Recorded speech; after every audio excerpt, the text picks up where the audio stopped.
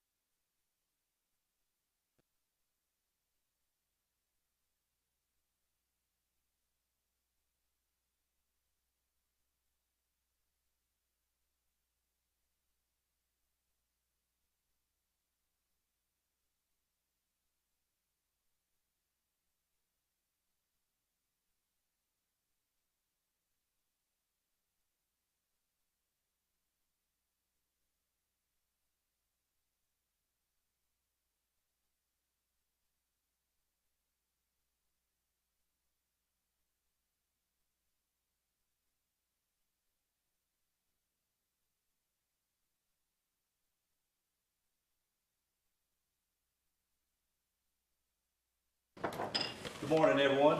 Morning. Morning. This time I'd like to call the Nash County Board of Commissioners meeting for May the 1st to order. It is customary for our board to begin each one of our meetings with a prayer and a pledge allegiance to the flag. Here in this prayer, you're welcome to stand and join us in the prayer. You're welcome to use the prayer for your own prayer, or you're welcome to use it for a moment of silence, whichever you have on your mind this morning. At this time, I'll call on Commissioner Gwen Wilkins for the invocation, and after that, Wayne Outlaw for the pledge of allegiance. Commissioner Wilkins. Let us pray. Dear God, you commanded us to be strong and courageous. Please give us inner peace as we fight the good fight for those who cannot fight for themselves. Guide us through the trials and tribulations, and bestow upon this board truth and understanding, for you are the one that orchestrates every day of our lives. Our trust is in you alone. May God bless Nash County. Let everyone say amen. Amen. Amen. Would you join us in the pledge? I pledge allegiance to the flag of the United States of America and to the republic for which it stands, one nation, under God, indivisible, with liberty and justice for all.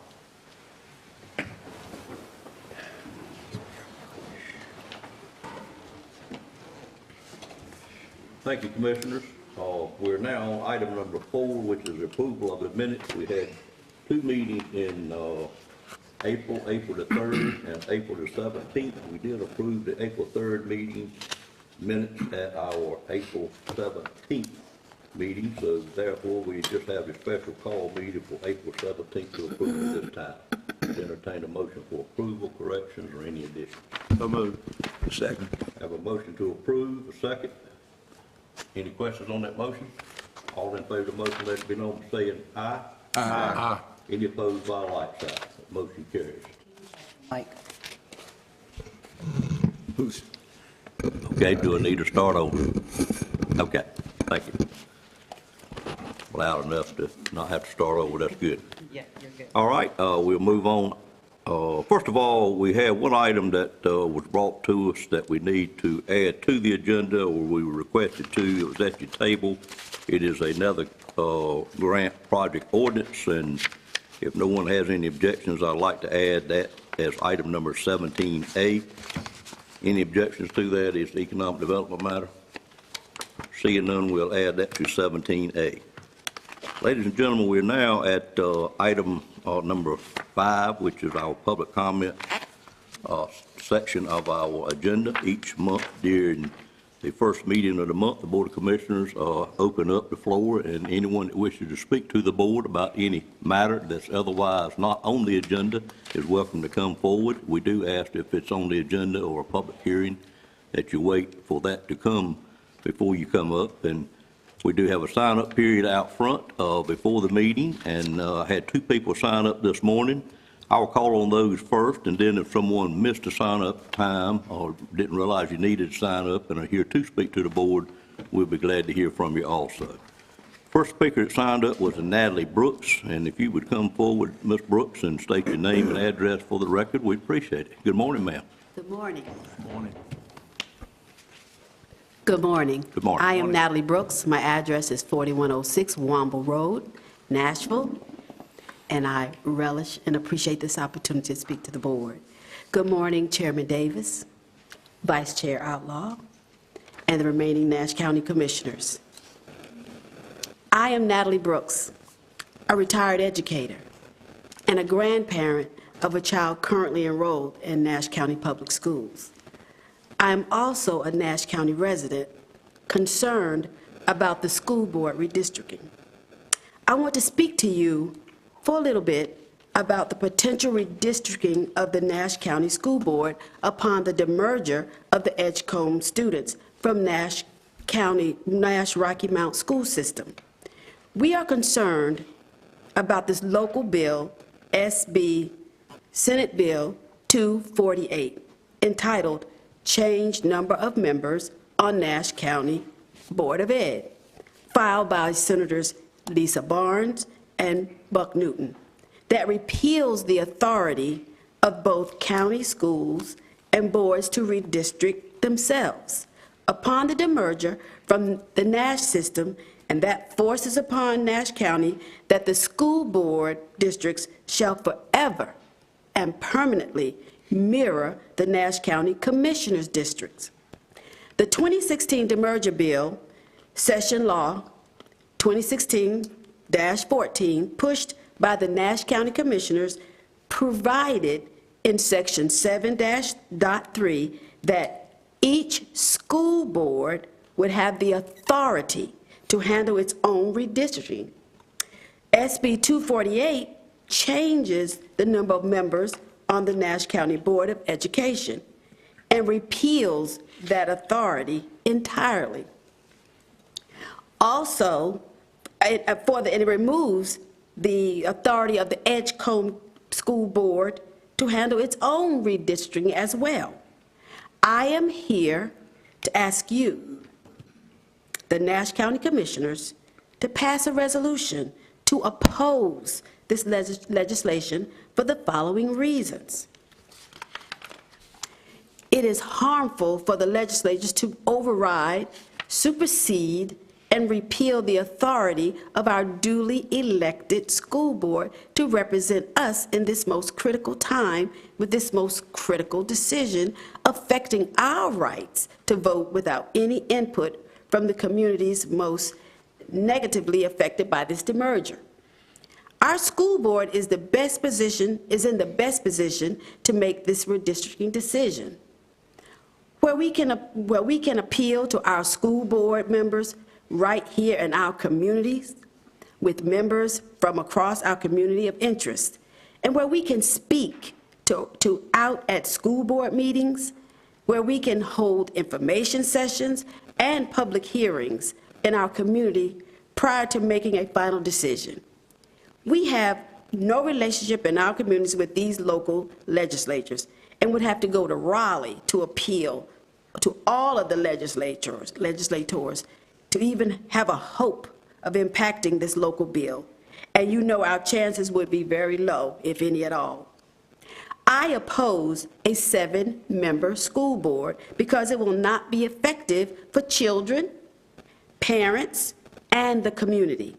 The commissioner districts are too large to provide the level of community representation, familiarity, contact, and access to information and decision-making that is important for effectively addressing school board issues, impacting learning for children, families, students with special needs, teachers, administrators, school employees, and the unique local school and federal mandates.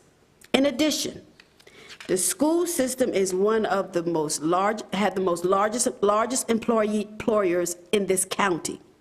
Running from a county commissioner district will be too expensive and too large for most average persons who would want to and be qualified to serve on the school board. And the commissioner districts will make the races more politically and partisan and out of reach for the average person qualified to serve. Many of us oppose this 7-member county commissioner district plan for the school board because it triple bunks 3 black school board members in the county commissioner districts of Commissioner Gwen Wilkins and double bunks at least 6 other current school board members in 3 other districts at a time of undesired transition for many when more stability can be critical. In addition, please remember that the adoption of your county commissioner district was with opposition both to the process and the content. There was objection to the unfairness of packing one district with 72% black voters in order to keep an adjoining district at 30% black voters instead of 40%, and then keeping the other black districts at barely 50%. There was also strong opposition to the lack of opportunity for real community input and access to information in the redistricting process, which you are repeating with this legislature bill. This demerger process is going to be very traumatic, and our communities, our communities because we are opposed to this, the merger push from 2016. In addition, people will lose jobs. Students will have to change schools, will lose relationships, and students and teachers lose members of their athletic teams and other activities, and maybe lose school programs along with other losses we can't even foresee at this time. It will be a double burden and extremely heavy-handed at a very painful time. And for you to then force upon the community this 7-member school board plan without any community input whatsoever, this bill is unnecessarily rubbing salt in the age-old wounds of unfairness and mistreatment. In this time in which there is so much talk about parental rights, it would be surely more parent-friendly for this decision to be made by the school board, where all parents and our community members who are interested, including business leaders and county commissioners, could participate, share information on the impact of various plans that, for example, many people in the community would like to have consideration of a 9-member school board in which more communities could be represented without changing any proportionality among different groups. Excuse me. Going from 11 to 9 would not be as a drastic loss of representation and access to information as going to a 7-member board.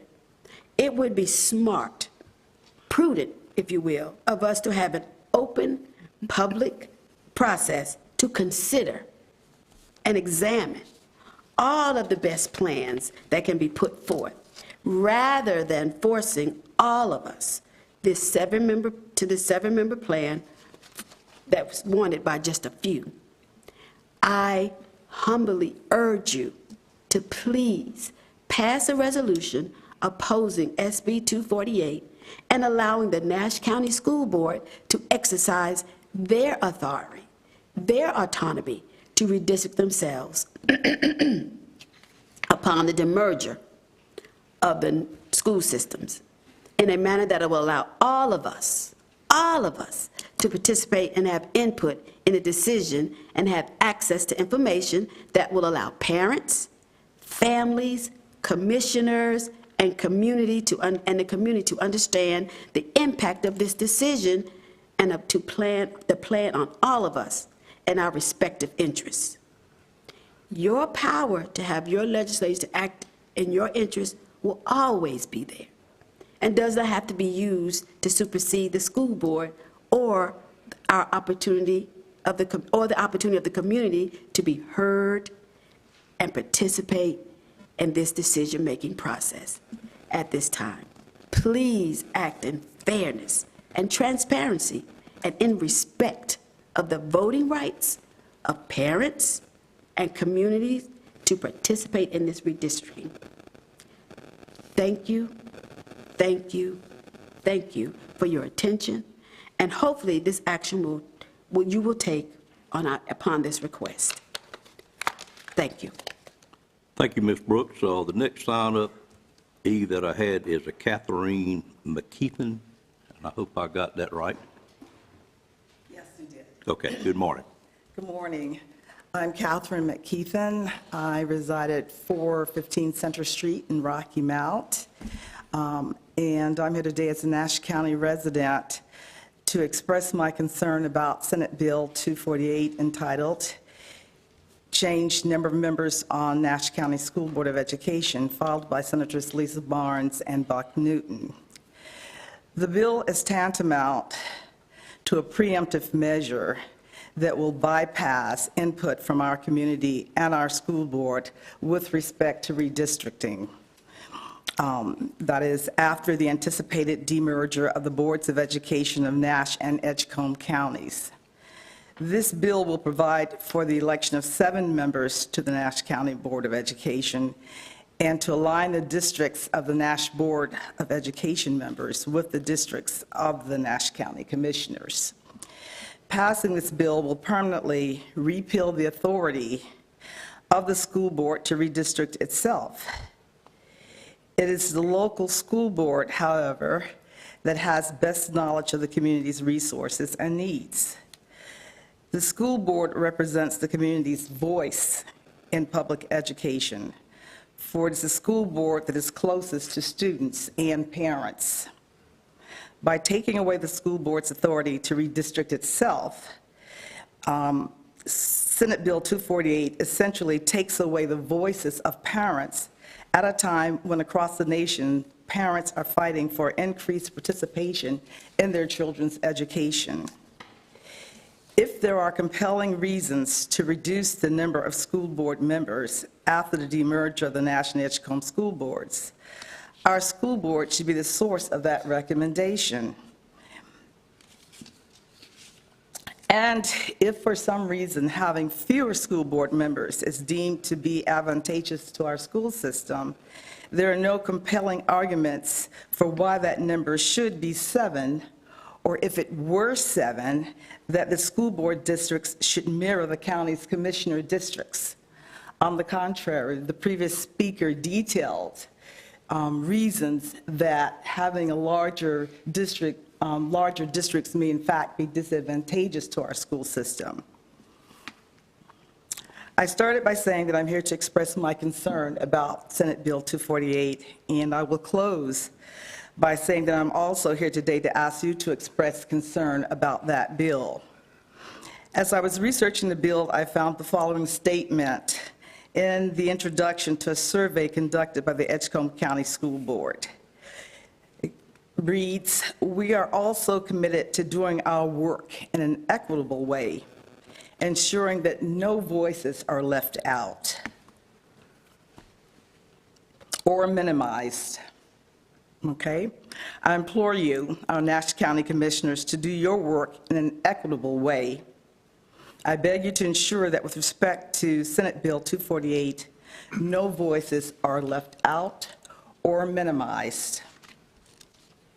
Please pass a resolution opposing Senate Bill 248 and allowing the Nash County School Board to exercise their authority to redistrict upon demerger in a manner that would allow us all to participate and have input in that decision, and have access to information that will allow parents, families, commissioners, and community to understand the impact of the decision and the plan on all of us. Thank you. Thank you, ma'am. Anyone else wish to speak under public comment this morning?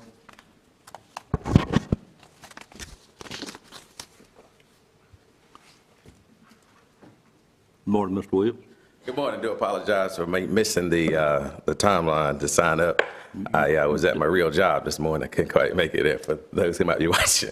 But anyway, I wanted to speak with the county commission. Had an awesome opportunity to attend the retreat in a nice new building there in the Dorchester community, and heard the conversation that was shared by many of you all. Thanks for having an opportunity for the citizens to participate in your decision-making process, especially when you're dealing with tax rates, budgets, and things of that nature that will impact us for the upcoming year. I, too, as I spoke on the television show in regards to Senate Bill 248, we do understand that the legislators will do what they do. But I do think that the actions this local bill is talking about could really set a precedence to what the General Assembly could do with county commissioners, as well as taking away your authority when it comes to a duly elected board having the autonomy to redistrict itself. Just Friday, the North Carolina Supreme Court just said that the state of North Carolina can redo their maps, no matter what partisan or this, that, and the third. And so that this body, well, not this body, but the General Assembly, sued to have that right for self-governance.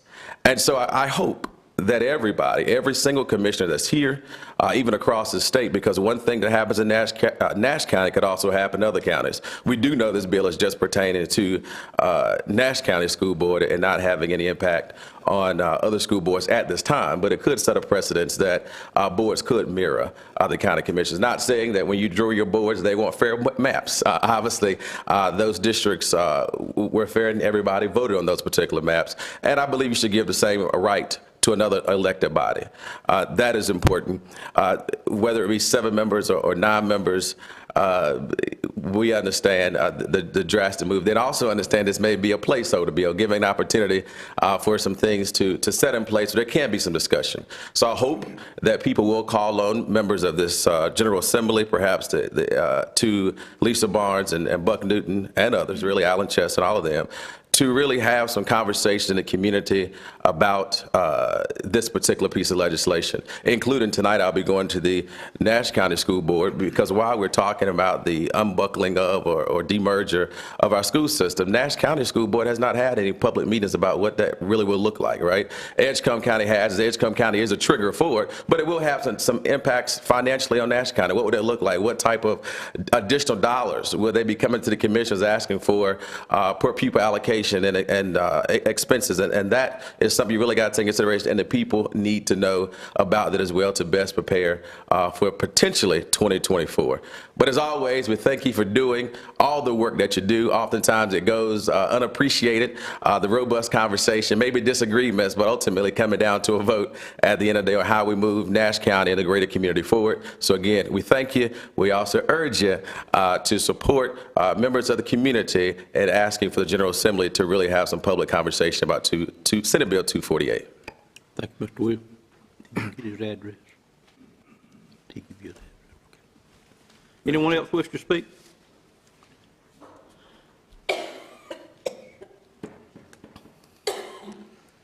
Good morning, sir.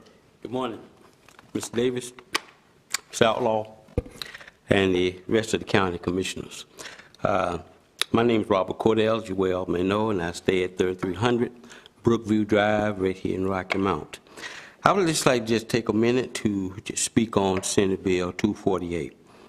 I'm hearing a whole lot of things out there in the community, and clarity is always the thing that people like to talk about to understand what's going on.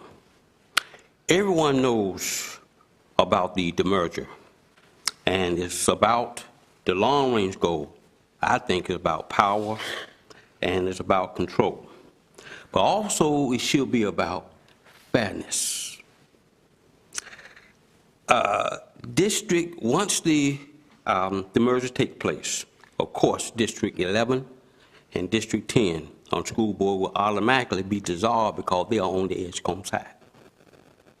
But when you hear about District 9 and another district, the 2 predominantly black districts that are going to be merged together, of course you know that will produce only 1 black school board member. And all the 11 districts on this school board, those representatives were elected by the citizens and their constituents. And that needs to be understood. So please, if you would, allow the school board to do their redistricting. If they go along with your suggestion, then fine, if they want that. And I know that you will continue to do your responsibility in funding the school system that you've always done for many, many years. Thank you. Thank you, Mr. Cordell. All right.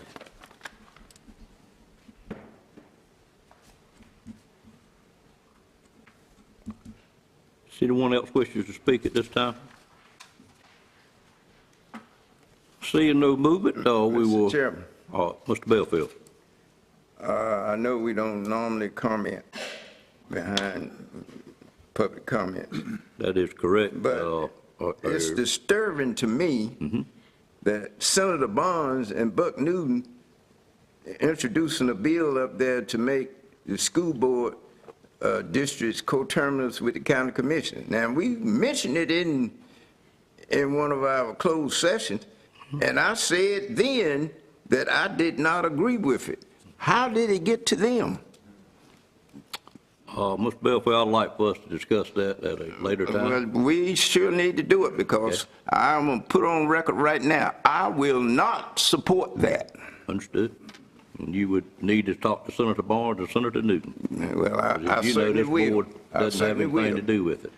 Because you need input from the citizens of the county. Right. To do something like that. Sure. Understood? Mr. Chairman, I just want to mimic what I think we are Belfield said. a little bit out of order in doing this, but I will let you speak, but, I just want to mimic what he said. I would support a resolution for that because there's been no public hearing.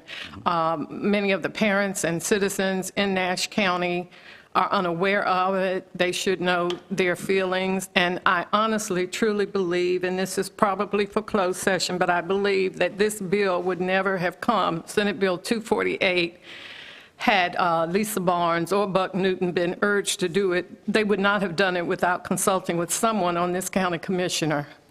And Buck Newton is not, doesn't even represent Nash County. I know he's up in the legislature, but from my understanding, he's not. He doesn't represent Nash County. So I would ask that Senator Barnes, Buck Newton, hold public hearings and whatnot, and that we seriously consider letting the school district draw their own lines. Thank you. And, Mr. Chairman, I also oppose this bill, as indicated earlier, that we do not support this legislation. thank you, Commissioners. Okay, we'll move on to item number 6, which is a resolution designating May as an Older American Month. And at this time, I'll call on Ashley Winstead to make this presentation. Good morning, Ashley. Good morning. Morning. Every May, the Administration for Community Living leads the nation's observance of Older Americans Month. The 2023 theme is Aging Unbound, which offers an opportunity to explore diverse aging experiences and discuss how communities can combat stereotypes.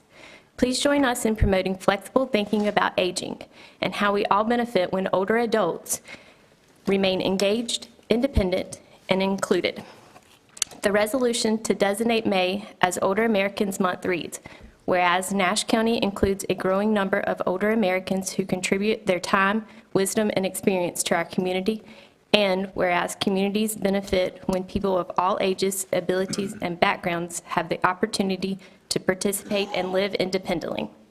And whereas Nash County recognized the needs to create a community that offers the services and supports older adults may need to make choices on how they age. And whereas Nash County can work to build an even better community for our older residents by not limiting our thinking about aging, exploring and combating stereotypes, emphasizing the many positive aspects of aging, inspiring older adults to push past traditional boundaries, and embracing our community's diversity. Now, therefore, we of Nash County do hereby proclaim May 2023 to be Older Americans Month. We urge every resident to celebrate our older citizens, help to create an inclusive society, and accept the challenge of flexible thinking around aging. And we have a short video of our Nash County Senior Center that we would like to share. Great.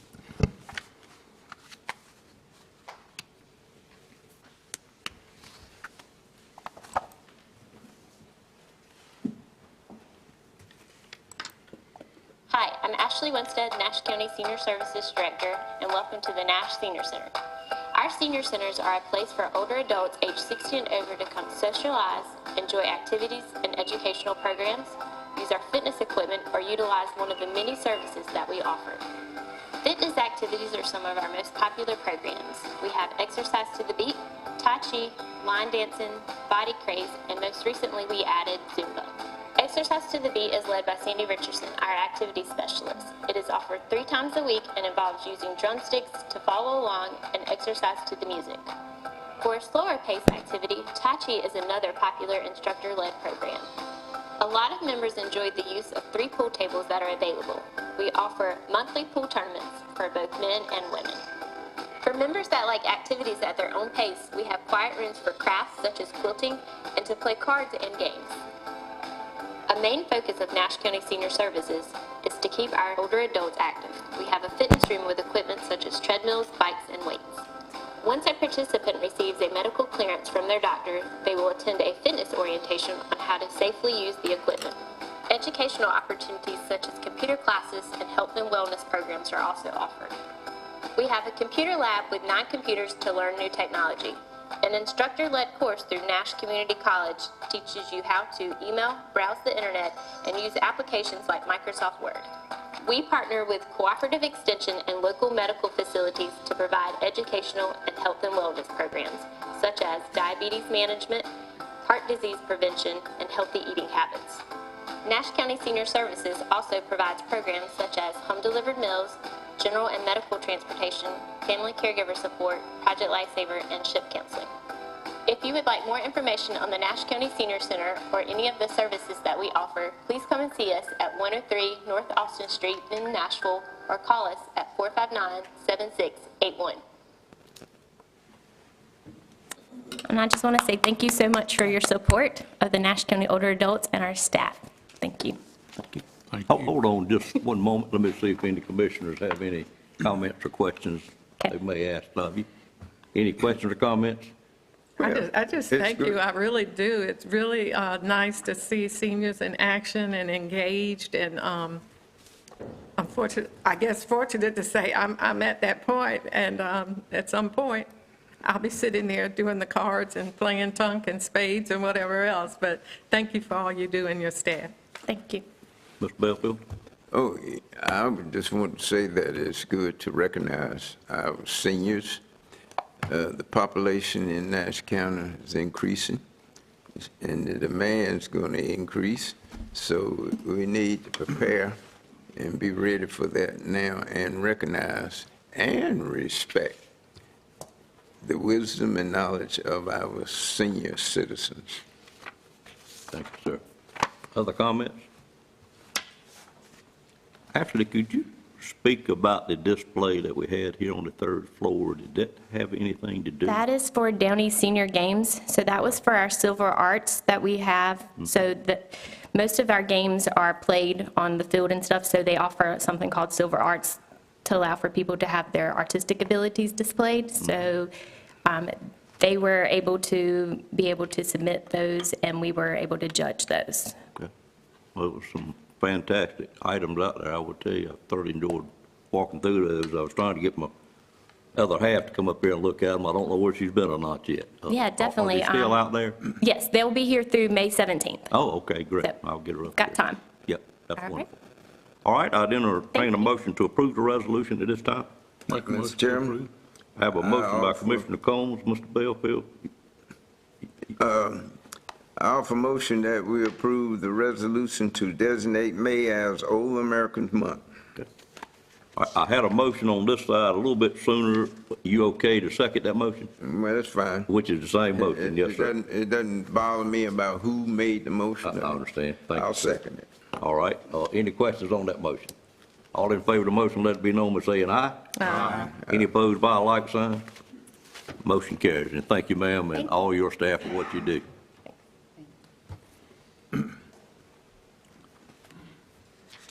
All right, we'll move to item number 7, which is our first public hearing for today. It is the public hearing on conditional rezoning request CZ 230401, private campground and RV park. And I'll call on Mr. Tyson at this time to make this presentation. Good morning, sir. Good morning. As the chairman said, this first planning item is a public hearing on a conditional rezoning request. That's all right. The subject property is displayed on the screen. It's approximately 1.15 acres. That's a portion of a larger, approximately 30.5 acre tract of land. The land is owned by Georgia L. Martin and Kenneth G. Martin. It's located on Milliefield Lane, which is the interior access drive for an existing manufactured home park here. Milliefield Lane, of course, is off the north side of West Tarboro Road, and this property is to the southwest of the city of Rocky Mount. The site is a portion of an R20 medium-density residential zoning district. You can see the difference between the lighter green color here, that's the R20, and the surrounding R30. That R20 zone was established in October 1998 by the county for the already existing manufactured home park. So the manufactured home park predated the zoning, but the zoning was created in '98. The property is located in the Tar-Pamlico River Basin and the WS4PA Watershed Protection Overlay District. So as it is developed in the future, it will continue to be subject to stormwater management regulations. The property also has access to Nash County Public Water. There's an existing 12-inch water main running along the West Tarboro Road public right-of-way. The property owner has submitted this rezoning request to rezone the subject property outlined in red, this box right here on both maps, from R20 to A1CZ Agricultural Conditional Zone, with the specific intention of developing that area as a private campground RV park. A private campground RV park is a recreational land use permitted for development in an A1 zoning district, subject to a set of established development standards that are listed in UDO section 11-4.58. Of course, the conditional nature of this rezoning allows for the attachment of reasonable site-specific development conditions with the consent of the applicant. I want to turn our attention to the proposed site plan. The area in question is down here, and you can see a blow-up detail of that within the circle on the left side of the screen. This site plan depicts 9 campsites on the east side of Milliefield Lane, with some additional, 4 additional parking spaces on the west side of Milliefield Lane.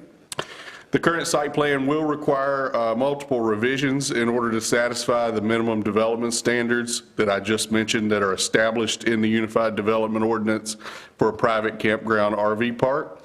That was communicated to the applicant on April the 5th, and those changes are further detailed later in the report under the site plan revisions section. Whenever we consider a rezoning, we are obligated by state law to consult the Nash County Comprehensive Land Use Plan. This request was found by the staff to be mostly inconsistent with the recommendations of the plan for establishing non-residential and/or commercial land uses within the area designated as a residential agricultural area. That is the green that you see on the map on the screen, and as you can see, the entire subject area, the red box, is in that residential agricultural area. It is inconsistent with the recommendations there because, number one, the property is not located within a quarter mile of a major intersection. Number two, it's not located in proximity to other similar existing non-residential and/or commercial land uses. Number three, it's not significantly spatially separated from the surrounding existing residences, particularly the manufactured homes that are already in the manufactured home park. Number four, the proposed commercial recreational private campground RV park would not be considered a, quote, context-appropriate land use, given the residential nature of the immediately surrounding area. One area where the request is consistent with the plan's recommendation is for non-residential or commercial land uses to have frontage along and access to a state-maintained secondary road. And of course, this site is directly located along West Tarboro Road, which is a state-maintained secondary road. As we consider reasonableness and spot zoning, the staff found that this request may be considered unreasonable spot zoning and not in the public interest, simply because there's a significant degree of difference between the transient short-term recreational nature of the proposed private campground and the permanent long-term residential nature of those immediately adjacent and surrounding dwellings. The Technical Review Committee considered this request back on April the 5th and recommended denial, again, due to its inconsistency with the recommendations of our comprehensive land use plan and the determination that approval of the request would be unreasonable spot zoning and not in the public interest. The Planning Board considered this request on April 17th. 3 members of the public addressed the board with regard to the request. They cited a number of potential concerns, including increases in traffic, noise, and crime, a potential decrease in surrounding property values, and the apparent lack of nearby attractions or recreational activities for campers. Mr. Kevin Varnell with Stocks Engineering, as well as the property owners, Mr. and Mrs. Martin, addressed the board at that meeting in support of the request. The planning board voted unanimously to recommend denial of the request, citing the same reasons as the TRC, the inconsistency with the comprehensive land use plan and a determination that it would be unreasonable spot zoning. As usual, you have in your packet today a motion to approve the zoning amendment as well as to deny the zoning amendment. Both include draft statements of plan consistency and reasonableness for your consideration and adoption. I want to call your attention to the motion to approve the zoning map amendment. Immediately following the statement of plan consistency and reasonableness, there are a list of 20 site plan revisions that would need to take place before the plan would meet the minimum requirements of the ordinance. A lot of these are very cosmetic and have to do with notations on the site plan itself. So I want to call your attention to those that are most meaningful. Out at the bottom of page 10, number 12, the developer would need to provide a minimum 50-foot wide permanent buffer yard along the exterior boundaries of the campground RV park that abut a residential area. And that would be 3 sides, the west, the north, and the east, that is immediately adjacent to residential zoning. Within that buffer, there would need to be a planted vegetative screening that's expected to reach a minimum height of 8 feet at maturity. And that is per the specific requirements of the UDO for a campground. On page 11, number 13, the developer would be required to provide a minimum 10-foot wide roadside buffer yard between the campground and West Tarboro Road, and that would include planted vegetative screening that satisfies the particular requirements of UDO section 11-3.1A. And finally, number 14, the developer will need to designate a minimum of 8% of the gross area of the campground as common use area for open or enclosed recreation facilities. As I said, those are 3 of 20 revisions, but I think those 3 are the most impactful and the most meaningful, particularly for the way that the development would be experienced by the surrounding property owners. There is also, as would be expected with a conditional rezoning, a list of recommended conditions to be attached. Number 1, the subject property would be approved for the development of a private campground RV park only. Number 2, the private campground RV park would be developed on the subject property in accordance with the approved site plan and all the applicable requirements of the Unified Development Ordinance, and that encompasses the 20 revisions that are requested above. Number 3, per the ordinance, no campsite shall be used as a permanent place of abode, dwelling, or business for indefinite periods of time, and continuous occupancy extending beyond 3 months in any 12-month period would be presumed to be permanent occupancy.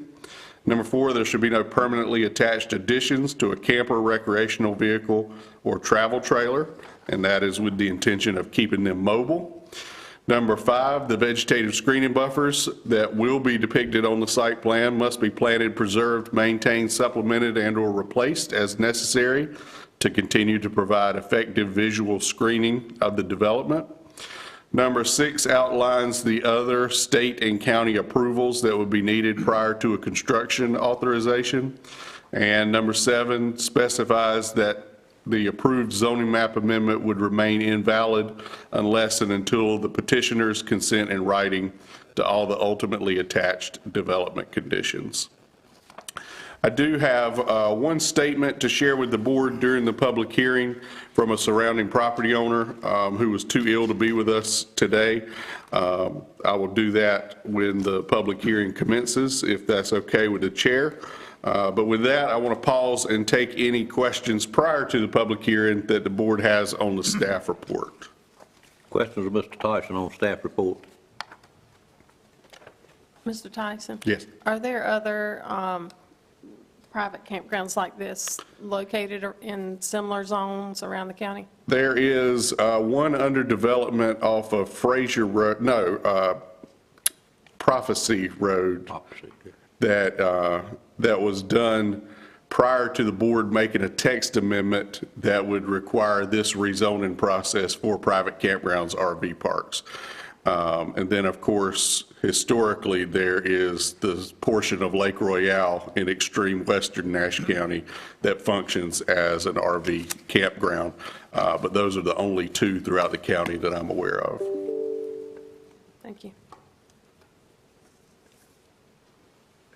Adam, the ones, if I vaguely remember right, we had during the pipeline, were they approved as temporary situations? There is a provision in the ordinance that was adopted when the pipeline was proposed to come through Nash County for major construction projects that would allow workers to temporarily relocate.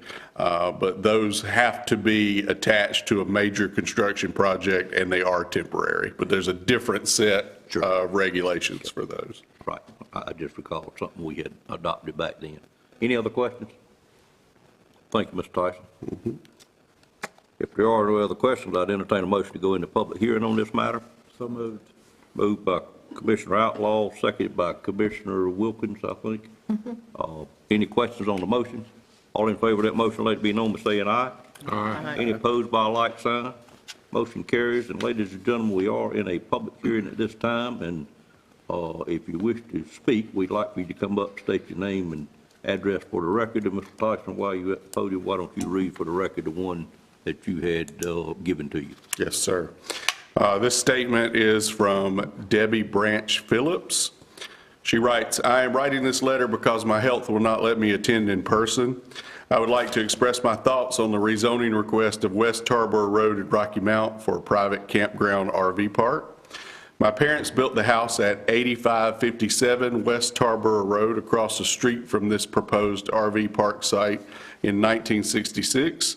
This is where I grew up and created many happy memories. This area has declined quite a bit in the last 10 years, such that it doesn't feel very safe there day or night anymore as it is. The property adjacent to the RV park proposed site already has a mobile home park that has frequent crime issues already. The once quiet neighborhood is now filled with loud automotive exhaust and super loud music. I cannot find a legitimate reason why anyone would want to camp in this area, as there is no resort, parks, lake, or even a pond. Without a reason to draw campers to this site, I fear this will become the creation of a lot more crime in this area, which would significantly decrease property value and all of my existing neighbors' property values as well. I am asking Nash County not to grant rezoning of this proposed location on West Tarboro Road. West Tarboro Road is not designed to deal with all of the traffic this park would create, not to mention the noise associated with residents coming and going all times of the day and night, and the safety issues that are inevitable to come with the added traffic. Sincerely, Debbie Branch Phillips. And again, Ms. Phillips is the property owner of 8557 West Tarboro Road. Thank you, Mr. Tyson. Others here wish to speak for or against this item at this time?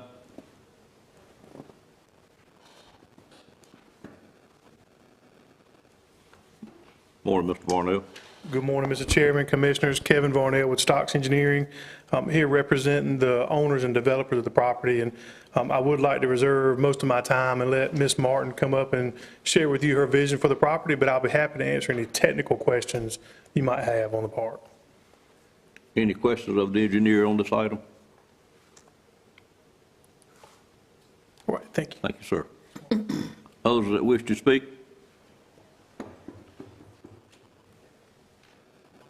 Good morning, ma'am. Good morning, Commissioners. I'm Georgia Martin, and I am one of the owners of this property, and Give us your address, if you would, Ms. Martin. my address? Yes, ma'am. I'm sorry, it's 8498 West Tarboro Road. We are on we own that entire parcel, and we also live on that entire parcel. Okay, we have a house that's, I can't see the map from here, but it's within a few hundred feet of this. Okay, but I'd also like to say that we also own an adjacent 30-acre parcel to this, and it would be to the east side So I would first like to say, it's only 9 RV sites. It's not, we keep saying campground, but it's just a small area with 9 sites to help with this farm income, because we are moving into an agritourism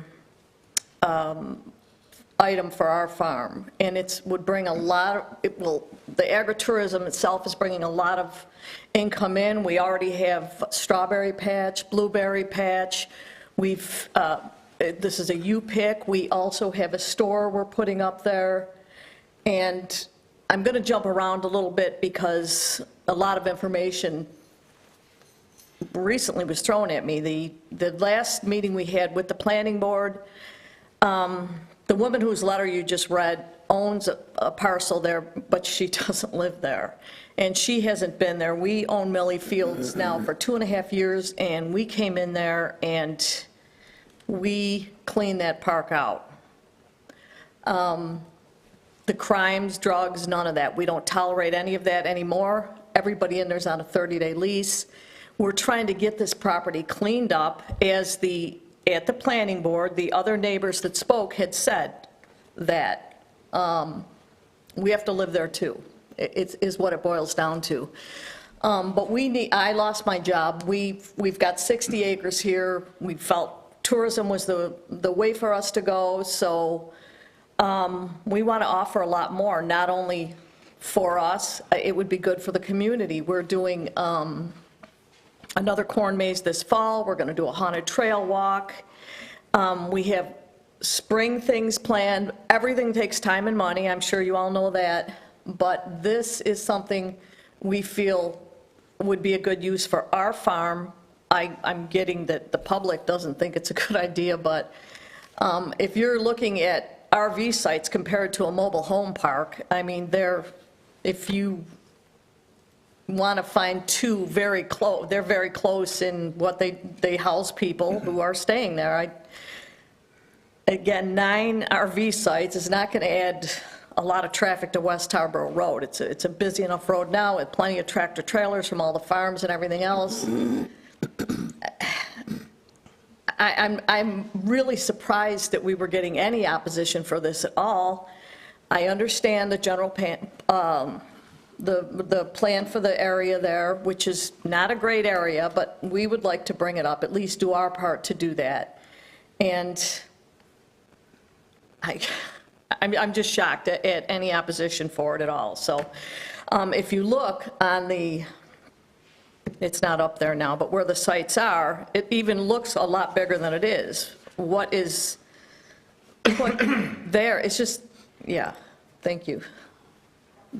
Where you see the stripes, the white areas where the campers are going to be parked, I mean, it's a very small area. The area of Millie Fields right there is plenty wide enough to accommodate that. So anyhow, we are moving into agritourism one way or the other. We have to. Farms don't make a whole lot of money. There's over 1,200 farm campground agritourism related in North Carolina alone. 50% of farmers make between $40,000 and $100,000 a year. It's not a lucrative business. It is a labor of love. But you have to do what you have to do when you're maintaining this kind of land and farm equipment, what that all costs, and the real property taxes on that. It's insane what we are going through, but we're doing what we can to try to save what we have. And I think that would be all. I'll be happy to answer anybody's questions. And Okay. Questions of this speaker? I just want a clarification, Mr. Chairman. Yes, Did you say you own the homes or mobile homes on Milliefield Lane? I do. All of them? Mm-hmm.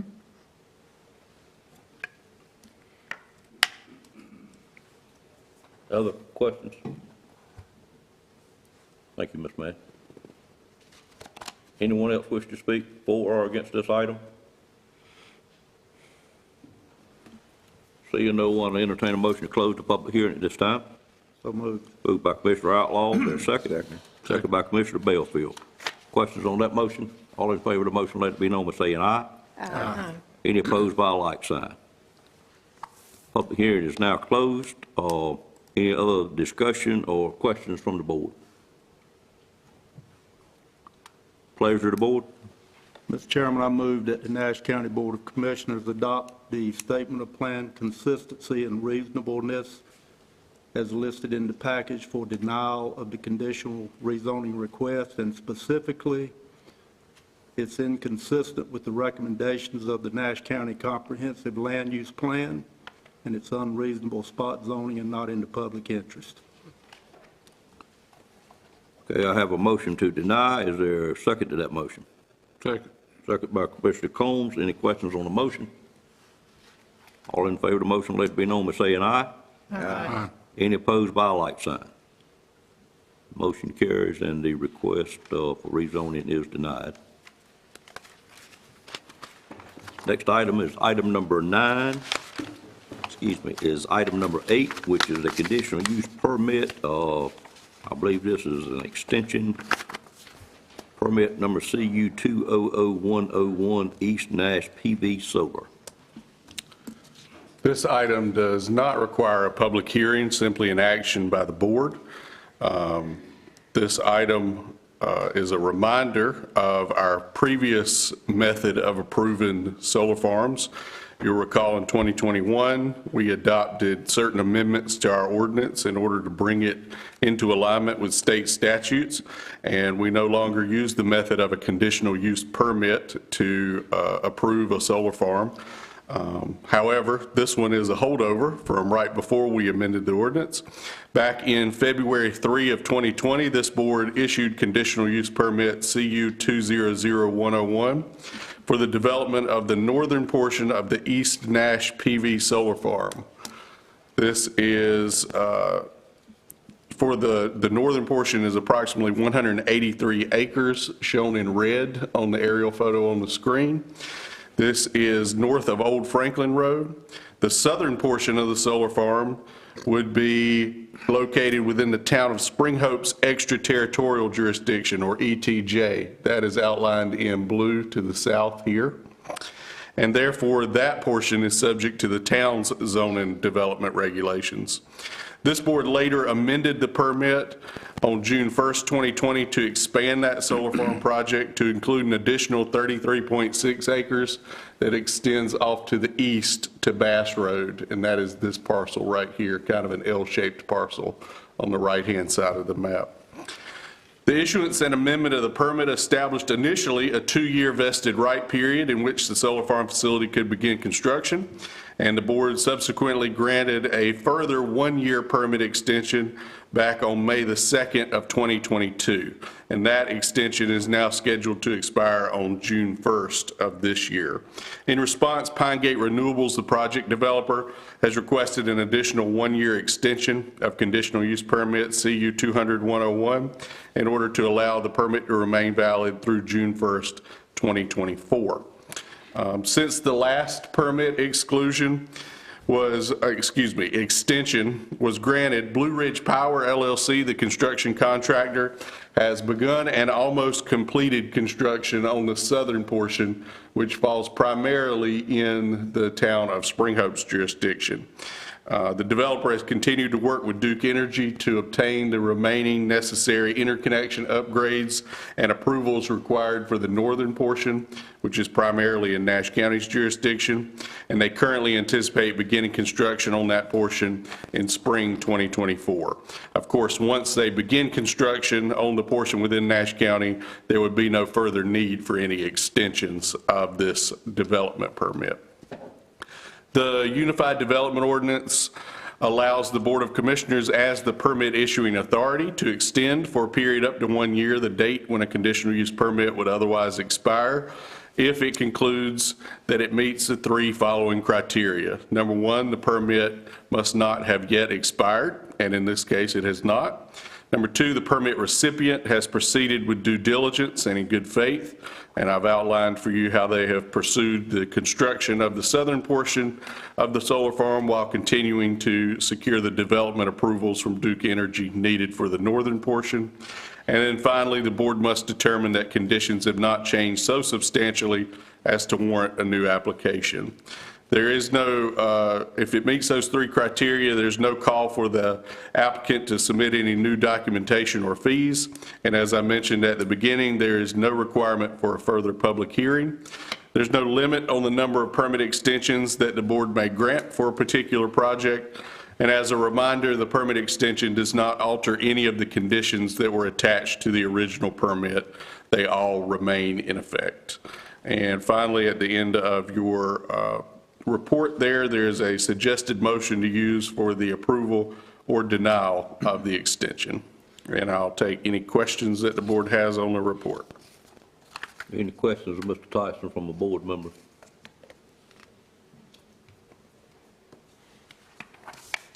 Seeing none, I'd entertain a motion as stated in the agenda item. Mr. Chairman, seeing that all the extension conditions has been met, I make a motion that we move that the Nash County Board of Commissioners approve the requested extension date for the conditional use permit issued by the developer of the East Nash PV Solar Barn for an additional one-year period from June 1 to June 1, 2023 to June 1, 2024. I have a motion read by Commissioner Ayrton. Is there a second to that motion? Second. Several seconds. Heard Ms. Wilkins. Questions on the motion? All in favor of the motion, let it be known by saying aye. Aye. Any opposed by a like sign?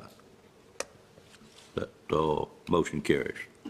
Thank you, Mr. Tyson. Thank you. Anything else for you, sir? No, sir. All right, we'll move to item number 9, which is a public hearing and approval of economic development funds for I-95/Highway 97 Shell Building. I'll call on Andy Hagee at this time. Good morning, sir. Good morning. I'm happy to be here for this public hearing on our second shell building, 100,000 square feet, Highway 97. Just need to read the notice regarding the public hearing, which states pursuant to North Carolina General Statute 158-7.1, please be advised that the Nash County Board of Commissioners will conduct a public hearing at 9 a.m. or as soon thereafter as it may be heard on Monday, May the 1st, 2023, at the Nash County Administration Building located at 120 West Washington Street, Nashville, North Carolina, 27856. The purpose of the hearing is to receive public input on the proposed allocation of funds for the construction of a 100,000 square foot shell building to be located at I-95 Highway 97 industrial site. The total construction expenditure will not exceed $4 million. The intent of the project is to enhance the county's tax base, future job creation, and economic development growth. This notice and contemplated public hearing will comply with the requirements of NC General Statute 158-7.1. The Board of Commissioners intend to approve the resolution authorizing the allocation of funds. And of course, recommendation would be the approval of the funds. All right, any questions of Mr. Hagee at this time? Thank you, Andy. I'd entertain a motion to go into public hearing on this matter. So moved. Moved by Commissioner Leggett, second by Commissioner Belfield. Questions on the motion? All in favor of the motion, let it be known by saying aye. Aye. Any opposed by a like sign? Ladies and gentlemen, we are now in a public hearing to hear from the public about this economic development expenditure. Is there anyone here that wishes to speak for or against this item? Seeing no movement, I'd entertain a motion to close the public hearing at this time. So moved. Moved by Commissioner Wilkins. Is there a second? Second by Commissioner Belfield. Questions on that motion? All in favor, let it be known by saying aye. Aye. Any opposed by a like sign? Motion carries as well. Any further discussion from the board? Any questions, comments? Seeing none, I entertain a motion for approval. Move for approval. Moved by Commissioner Outlaw. Is there a second? Second. Second by Commissioner Belfield. Questions on the motion? All in favor, let it be known by saying aye. Aye. Any opposed by a like sign? Motion carries. Thank you, sir. Andy, why don't you go ahead and take care of item number 10, which is the appointment of the chairman for the Nash County Economic Development Alliance. Okay, the newly established Nash County Economic Development Alliance received recommendations from current advisory board members for the position of chairman. Staff would like to put forward the recommendation of Robert Covington to serve as chair and to be approved by the Nash County Board of Commissioners. Mr. Covington was appointed to the Nash County Economic Development Alliance by Commissioner Leggett to represent District 4. Mr. Covington retired in 2020 from Universal Leaf North America and is willing to serve. So we would recommend the approval, the recommendation for Mr. Covington to serve as chair. All right, I entertain a motion for approval. I move to approve Robert Covington as the Nash chair for- of Nash County Economic Development Alliance. All right, have a motion by Commissioner Leggett. Is there a second to that motion? Second. Second by Commissioner Wilkins. Did you have a question, Mr. Belfield? Oh, I was going to say, you didn't ask for any questions. Okay, if I didn't, I think I did, but I'm not sure. Do you have a question? It is time for questions because we have a motion and a second on the I floor. know you have a motion on the floor, but this alliance, is this recommendation coming from the alliance or is it coming from the county staff? From the alliance. From the county staff? From the alliance. From the alliance, okay. What the bylaws say, Mr. Belfield, is that this board of commissioners will appoint that chairman. And the Yeah, I staff, understand that, but I Okay. was yeah, trying the to staff be is clear where the recommendation is coming from. the recommendation came from the staff. Yeah, we're just a messenger. No, it came from the, Was this presented to the alliance then if it's coming from the staff? It was discussed with the alliance board. I'm not sure I understand your question. Well, my question is, if it's a recommendation from the staff, did the staff take it to the alliance board? Alliance. The alliance board has not, this has not been taken to the alliance board because the board of commissioners appoint that chairperson. So it's before us to appoint the chairperson. Without any input from them? I'll ask Andy, did we have any input from the alliance board itself? Yeah. Okay. Mr. Chairman, I do want to say I did give input and I approved it before this, and I sit on the Alliance Board. Correct. Well, it clearly states in the minutes that the newly established Economic Development Alliance received recommendations from the current advisory board members. Correct. And I know Mr. Covington personally, and he'll be a great asset to this board serving as chairman. I'm not against the person, but I was just wondering about the procedure. Okay. All right. You get your question answered, sir? You good?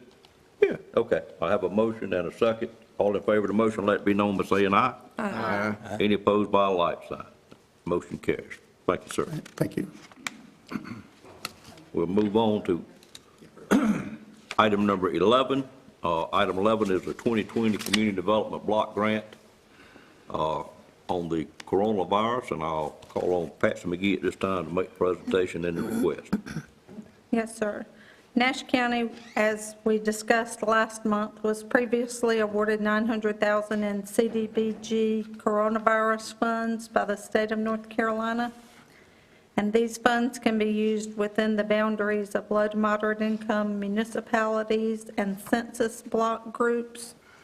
So to use the fund, we've explored a wide variety of options and worked with the help of quite a few local partners and had guidance from the State Division of Commerce, State Department of Commerce, Division of Rural Economic Development.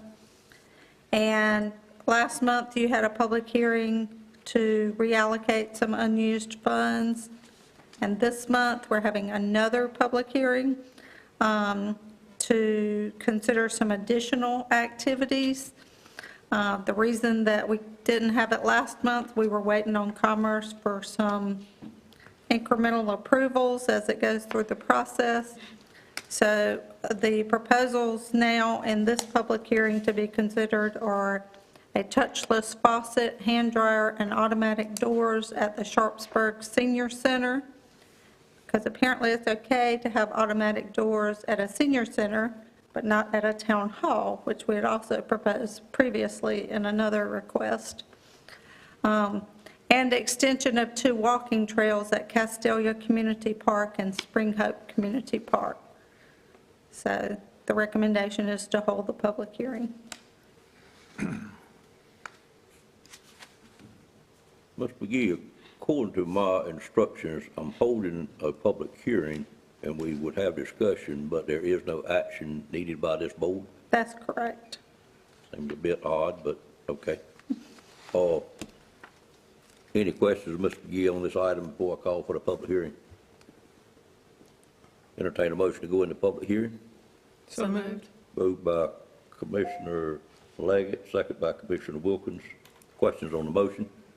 All in favor of the motion, let it be known by saying aye. Aye. Any opposed by a like sign?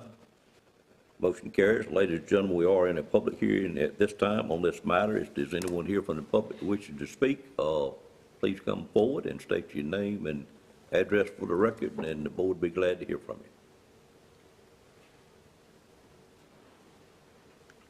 you. You going to speak, Mr. Durham? Seeing no movement, I'd entertain a motion to close the public hearing. Moved by Commissioner Combs, there a second? Second. Second by Commissioner Outlaw. Questions on that motion? All in favor of the motion, let it be known by saying aye. Aye. Any opposed by a like sign? Motion carries as well. Thank you. And that's all we need to do. Yes, sir. Seems a bit odd, but okay, take your word for it. Item number 12 is a monthly tax report, and I'll call on Doris Sumner at this time to make that report. Madam Clerk, if you will help prompt me at the 11 o'clock hour, I would greatly appreciate it. All right, good morning. Good morning. At this time, I'd like to present the monthly tax report. As you all know, this report is designed to keep the board current on activities in the tax collector's office. The report is for your information only and does not require approval. However, it is recommended that you accept the report so that it will be noted in the minutes. And of course, if you have any questions, I'll be glad to answer those. Questions on the tax report? Could you give us a 20-word summary of where we stand? Yes, we're doing really well. From last month, we were just slightly ahead from the month, from the March month from last year in 2023. And this current ending month for April, unofficially, we are doing very, very well. 98.75. So we've got a little bit more to go to push. We're trying to get that 99 as we did last year and a little bit more. So we're going over 100 this year? No, we're not going over 100. We're not going over 100.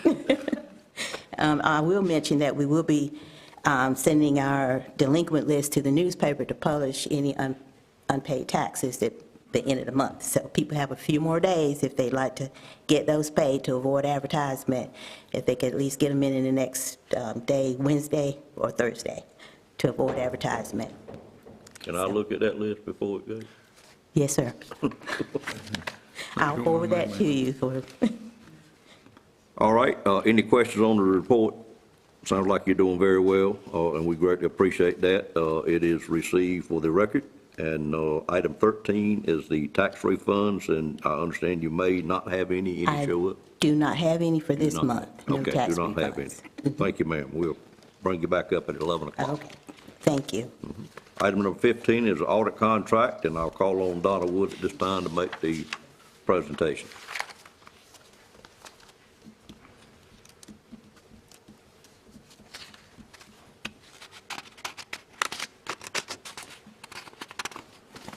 Good morning. Fit right in with the front row here. Okay. The Local Government Commission requires the governing body to approve the audit contract annually. This audit contract is with Thompson Price Scott Adams and Company. The cost of the audit and preparation of the annual financial statements for fiscal year 2023 is set at $53,500. And the recommendation for the board is to approve the contract as presented. How does that stack up from last year? I believe it's slightly higher. We did a proposal for our new auditors, or not new auditors, but a proposal to seek our a proposal for auditing services, and they're the same auditors that we've had. It is a slight increase, and I am trying to remember last year's, but it may be a 3% increase over last year. Okay. Other questions on this item? Entertain a motion for approval. Move for approval? Second. Have a motion by Commissioner Leggett, second by Commissioner Combs. Questions on the motion? Seeing none, all in favor say aye. Aye. Any opposed by a like sign? Audit stands approved. Item number 16 is Reserve Fund Policy Update. Go ahead, Ms. Wood. Okay, based on discussion and review of the Nash County Reserve policies at the Board of Commissioner meeting on March 28, 2023, staff recommends to update Nash County Reserve policies, stating the county will maintain a minimum general fund unassigned fund balance at the close of each fiscal year equal to no less than 20% of general fund expenditures. And this recommendation is a change of our current existing policies where it says fund balance available for appropriation at the close of each fiscal year shall be no less than 15% of general fund expenditures. So it's a wording change from available to unassigned and from a minimum of 15% to 20%. That's the primary change in this policy. Questions of Ms. Wood on this item? Entertain a motion for approval. So moved. Moved by Commissioner Wilkins. Is there a second? Second. Second by Commissioner Outlaw. Questions on the motion? All in favor, let it be known by saying aye. Aye. Any opposed by a like sign? That motion carries, and glad to see us get that done. Item number 17 is a capital project ordinance for 97 Industrial Park Shell Building. Okay. This capital project ordinance is presented to set up the initial project funding and expenditures to support the construction of a 100,000 square foot pre-engineered steel shell building to be located at the NC 97 Industrial Park. The project cost of design, construction, and potential roadway improvements associated with the project are projected to be $5 million. In March 2022, the board approved to use $1 million received from the North Carolina Office of State Budget and Management State Capital Infrastructure Fund to support the construction of shell building, and the county plans to borrow up to $4 million to finance the remaining balance of the project. As part of this initial project funding, this ordinance includes a transfer from the general fund balance to the NC 97 shell building capital project to support the project costs until financing is put in place, which is anticipated to be in July of 2023. Once the financing is approved, the board will be presented with the request to transfer these funds back to the general fund. Okay. Questions on this item? Entertain a motion for approval. Move for approval. Moved by Commissioner Outlaw, second by Commissioner Combs. Questions on that motion? All in favor, let it be known by saying aye. Aye. Any opposed by a like sign? Motion carries. We'll go to added item, which is 17A that you had at your place this morning. Okay. It is a North Carolina State and Capital Infrastructure Fund grant project ordinance. Ms. Woods? Okay. This is an amendment to that ordinance. Nash County was awarded $1 million from North Carolina Office of State Budget and Management. Grant funds are reused for expenses incurred for county capital.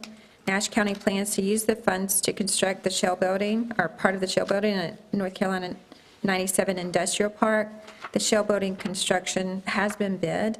This amendment is to the grant ordinance is to transfer the grant funds to the Highway 97 shell building capital project that was just approved to support the construction.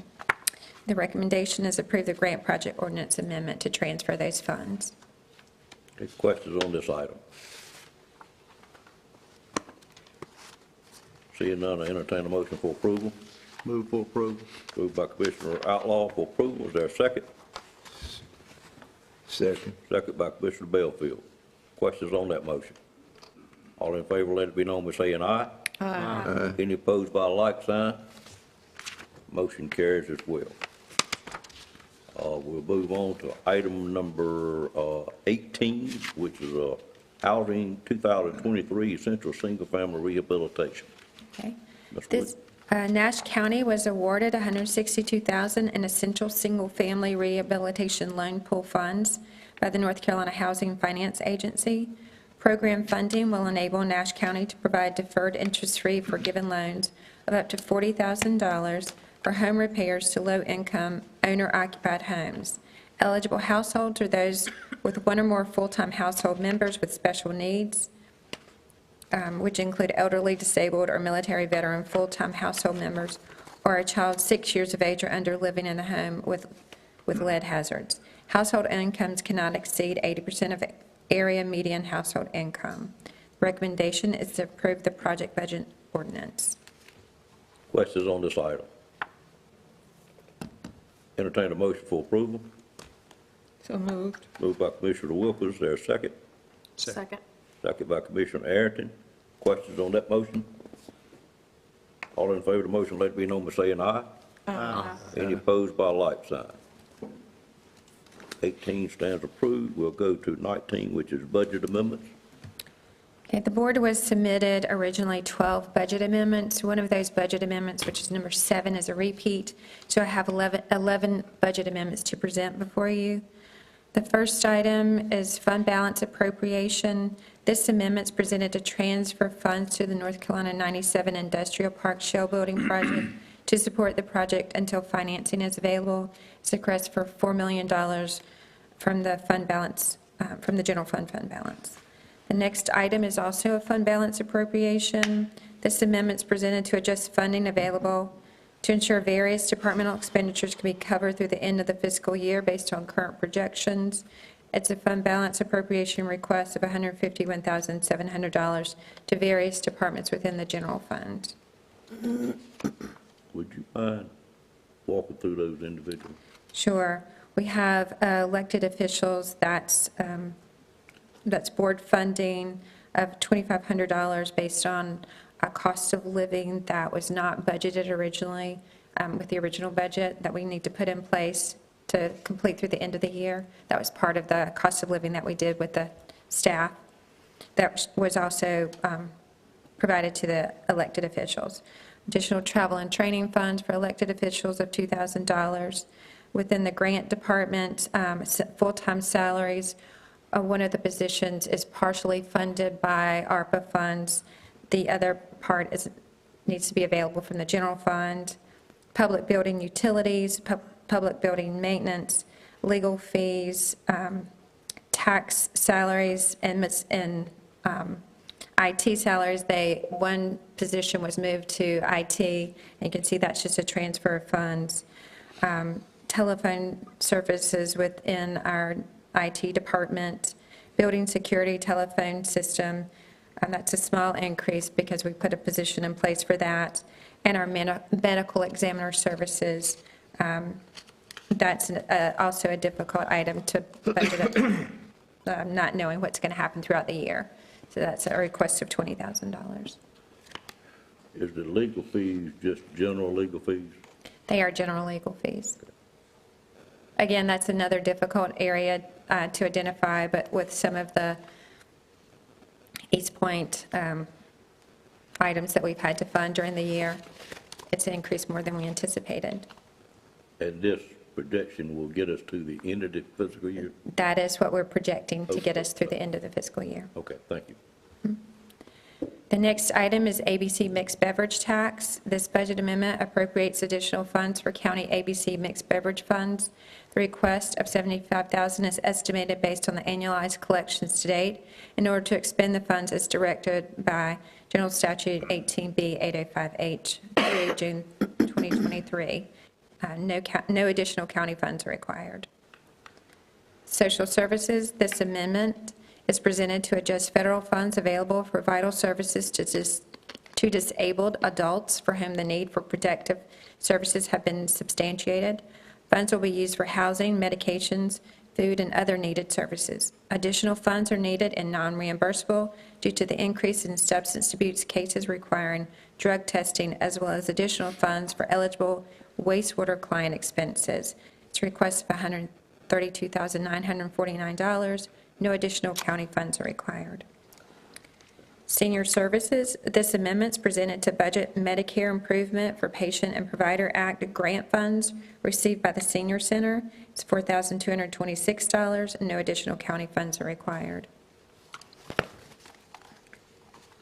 Number 6 is with Cooperative Extension Farmers Market. This amendment's presented to budget grant funding from Nash Arts Council to support music entertainment at the farmers market and to budget additional sponsorship funds collected to be used for the upcoming regional production meeting. It's a request of $3,992. No additional county funds are required. As I indicated earlier, number 7, if it's on there, was originally a repeat, so and that was Senior Services. I want to move on to Parks and Recreation. This budget amendment makes funds available from the increased participation for additional expenditures associated with the increase for part-time staff, athletic equipment, and supplies and sports services. So it's an increase. We've received additional revenue associated with it and their additional expenses with the increase in activity, which is actually a positive thing for the county, but it's a request of $33,360. No additional county funds are required. The next item is with Emergency Services. This amendment is to budget funds received from the Duke University Race Cars Cardiac Arrest Trial to be used for staff development, educational public relations materials, and office equipment. It was funding of $6,100, and no additional county funds are required. The next item is with the asset forfeiture funds. This amendment is presented to budget informants funding for the purchase of an Explorer and a Durango on a state contract, and equipment installation for the vehicles. It's a request of use of the asset forfeiture funds of $100,000, and no county funds are requested. The next item is fines and forfeiture funds. This amendment is presented to budget additional projected collections related to fines and forfeitures and the related submittal to the Nash County Public School Board of Education as required for fiscal year 2023. It's a request of $50,000. No county funds are required. And that's based on projections of what we're seeing in our collections of fines and forfeitures. And the final item I have is with the water and sewer funds. This amendment's presented to budget the AIA asset inventory and assessment grants received and the related professional services for Central Nash Water and Northern Nash Sewer. So it's $150,000 for each of the grants, so $300,000. There are no county matching funds required. Any questions of Ms. Wood on either of these 11 budget amendments?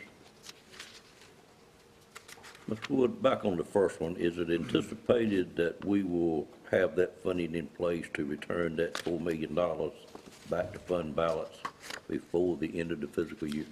No, right now we are looking at going to the Local Government Commission in July, so we can't move that money back until funding is actually in place and approved. So based on our timeline or our financing calendar, we move that meeting to July of 2023. Okay. So hopefully not long after that, we'd be able to transfer those funds back. Let's just take a hypothetical situation with the change we just made in fund balance policy of 20%. If we would have a large situation like that moving forward and we got caught in that timeline, how would we make that work across the fiscal year if we were to dip below 20% waiting on financing? Is that a possibility? It is a possibility. I mean, there's always, we have a plan, and our plan is already in place to put that back in. So I think the way that the policy is set up, it indicates that if it does drop below the 3% minimum, we would, the 20% minimum, the county will adopt a plan to replenish the reserve, and that plan is already in place. I remember that now. I wouldn't expect that to happen, but I just wanted to ask that question. And you've got a timeline to replenish it, I believe, in your plan. We do have a timeline. Right.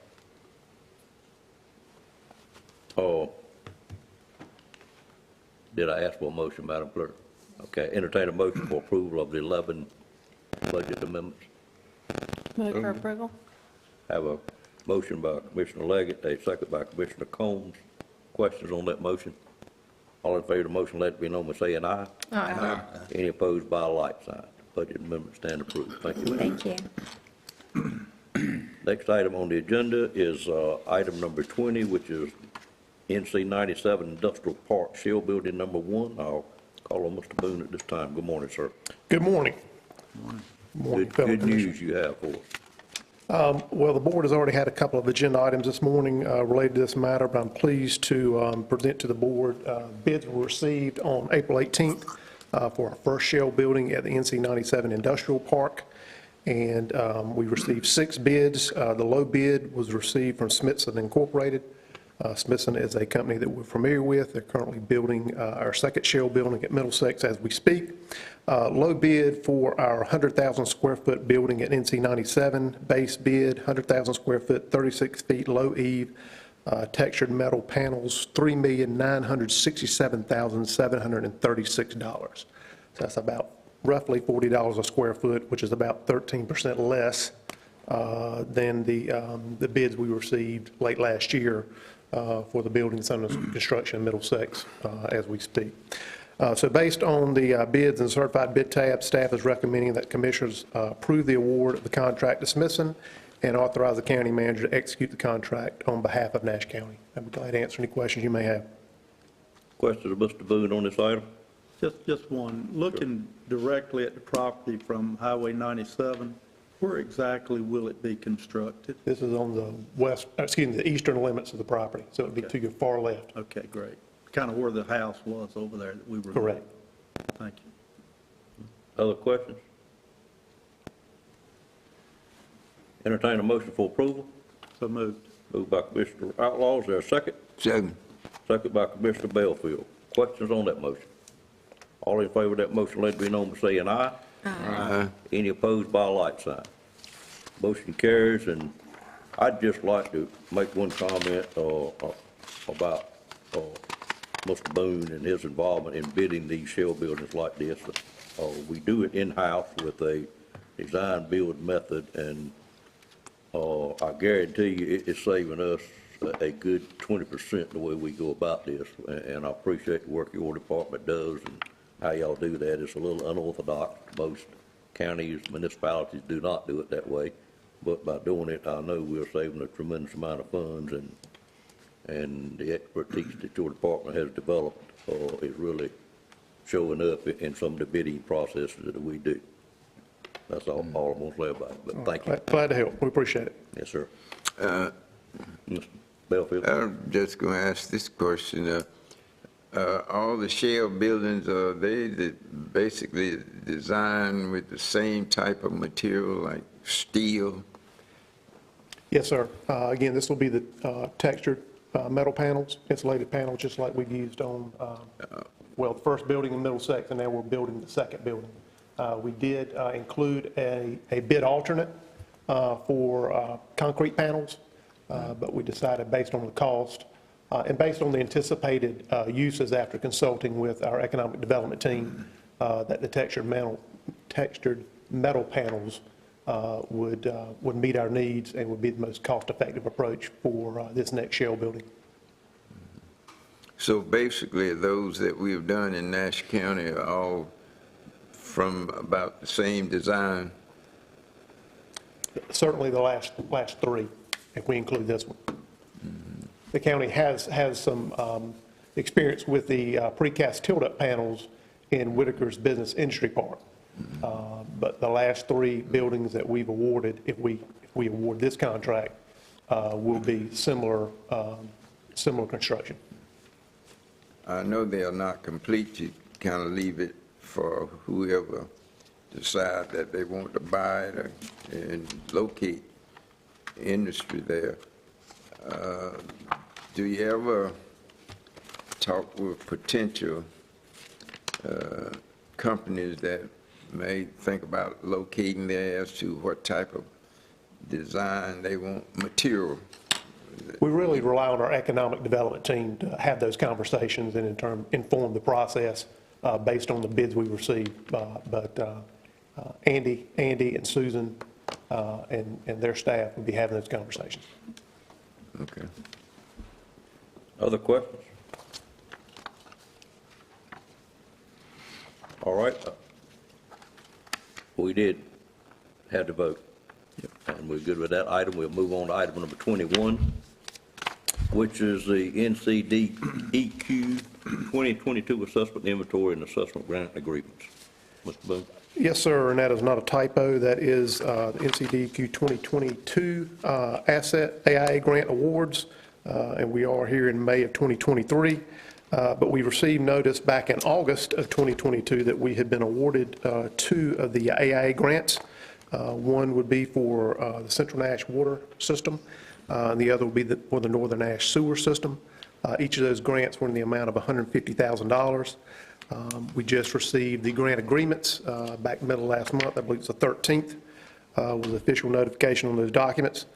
And based on the offer of the grants and the need that we have to complete that work, to complete our base mapping work and also our assessment work for our utility system, we're recommending that the commissioners approve the grant award or grant agreement and authorize the county manager to sign the same on behalf of the county.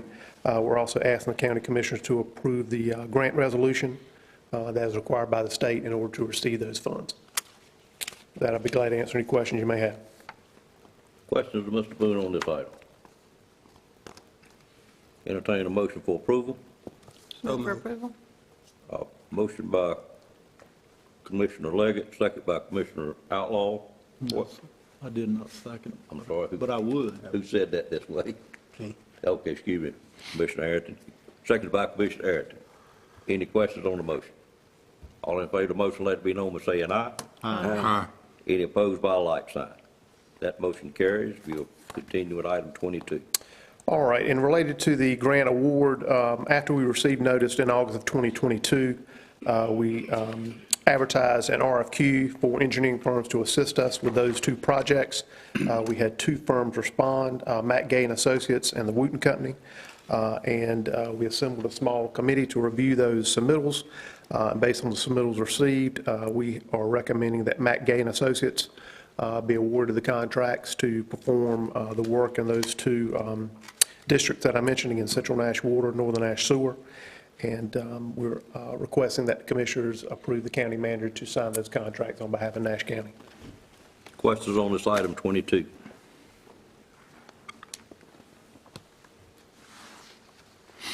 See none, I'll entertain a motion for approval. So moved. Moved by Commissioner Ayrton. Is there a second? Second. Second by Commissioner Combs. Questions on that motion? All in favor of the motion, let it be known by saying aye. Aye. Any opposed by a like sign? Motion carries as well. Thank you, sir. Thank you.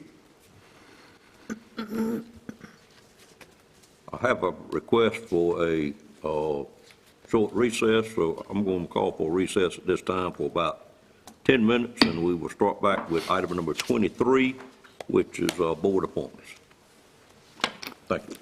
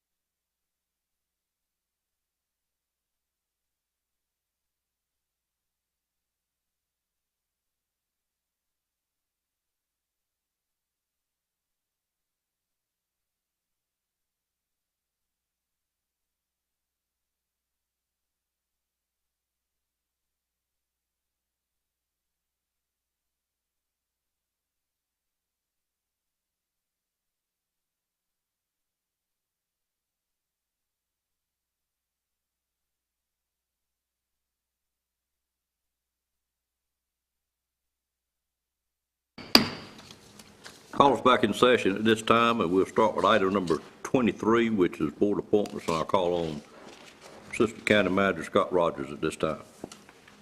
Thank you, Mr. Chairman. I have several items for your consideration. The first one being the Nash County Board of Adjustments. If you remember from last month, we had a vacancy from the expired term of Mr. Kenneth Mullen. Mr. Mullen declined an additional term, and we do have a recommendation from Commissioner Outlaw for Mr. Benton Moss to serve as his replacement. And if you'd like, I'd take these individually. Yes, take them individually per board. Okay. So the first action I would ask you is to approve Mr. Benton Moss as a member of our Board of Adjustments. Entertain a motion. So moved. Moved by Commissioner Outlaw. Is there a second? Second. Second by Commissioner Combs. Questions on that motion? All in favor of the motion, let it be known by saying aye. Aye. Any opposed by a like sign. That motion carries. Mr. Rogers? Second item is the Nash County Planning Board. There is 3 seats expiring at the end of June, along with a vacancy from a resignation earlier in the year. Mr. Kevin Smith, who is currently serving as chairman, is ineligible for reappointment. Ms. Barbara Pulley has declined a reappointment, and Ms. Kim Moore is eligible, willing, and recommended for reappointment. In addition to that, Mr. Kevin Smith's seat we have received an application again from Commissioner Outlaw for Mr. Steve Williams as an appointment from District 5. With the expiring seats that we have and the current opening, if we reappoint Ms. Moore today, then that would leave a vacancy in District 2 and in District 7. One other item is, since the agenda has been published, I have received an additional application for Ms. Adrian Harris to take the place of Ms. Barbara Pulley, but Ms. Harris does also reside in District 5. So the first item of business here would be, if it's the pleasure of the board, to reappoint Ms. Kim Moore, and then an appointment for Mr. Steve Williams, and then the pleasure of the board as it relates to Ms. Harris. All right, entertain a motion to reappoint Ms. Moore. I think she's in your district, Mr. Harrington. All right. So move, we reappoint Ms. Moore. Have a motion. Is there a second to that motion? Second. Second by Commissioner Belfield. Motion was made by Commissioner Harrington. Any questions on that motion? All in favor of the motion, let it be known by saying aye. Aye. Any opposed by a like sign. That motion carries. Entertain a motion to appoint Mr. Steve Williams to the vacancy created by Kevin Smith not having another term to serve. Entertain that motion. Mr. Chairman? Yes, sir. Steve Williams, is he retired? Steve Williams is retired, yes, sir. Move for approval of that appointment. Steve is retired from Hospira, now Pfizer. I worked with Steve for a number of years. He's a highly competent individual. I think he will certainly prove to be a great asset to the planning board. Have a motion. Is there a second to that motion? Second. Second by Commissioner Wilkins. Questions on the motion? All in favor of that motion, let it be known by saying aye. Aye. Any opposed by a like sign. Motion carries as well. And tell us the circumstances with the other one again, please. Okay, so upon the resignation of Ms.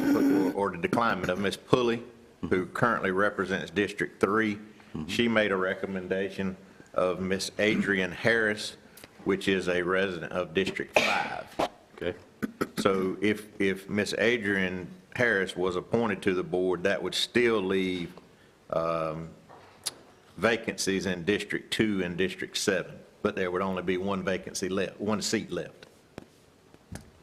Ms. Harris's application indicated interest in the planning board as well as the human services board and another, so we can certainly consider it for any number of those as vacancies come up vacant. Did any commissioner bring that motion? No, sir. It did not, okay. No, sir. I think we would probably want to look, we should have quite a few of those that have asked to be appointed to the planning board, I think. Okay. But which seat is it that which district is it that the person didn't want to be reappointed? 3. 3, okay. But we actually had 2 in District 3 to begin with. So as of right this moment, we have an opening in District 2 and District 7. All right. District 7, I'm taking care of. Okay. I just didn't get the paperwork Okay. back in time to bring it today, but I will have that at the next meeting. Okay, that's perfect. Okay, all right. I Thank you. think just a Chairman. brief comment, Yes. it's kind of been our practice to present these applications in advance if Sure. we can. Right. So we can all have an opportunity to That's right. review them. So That- I ask that be considered. Right.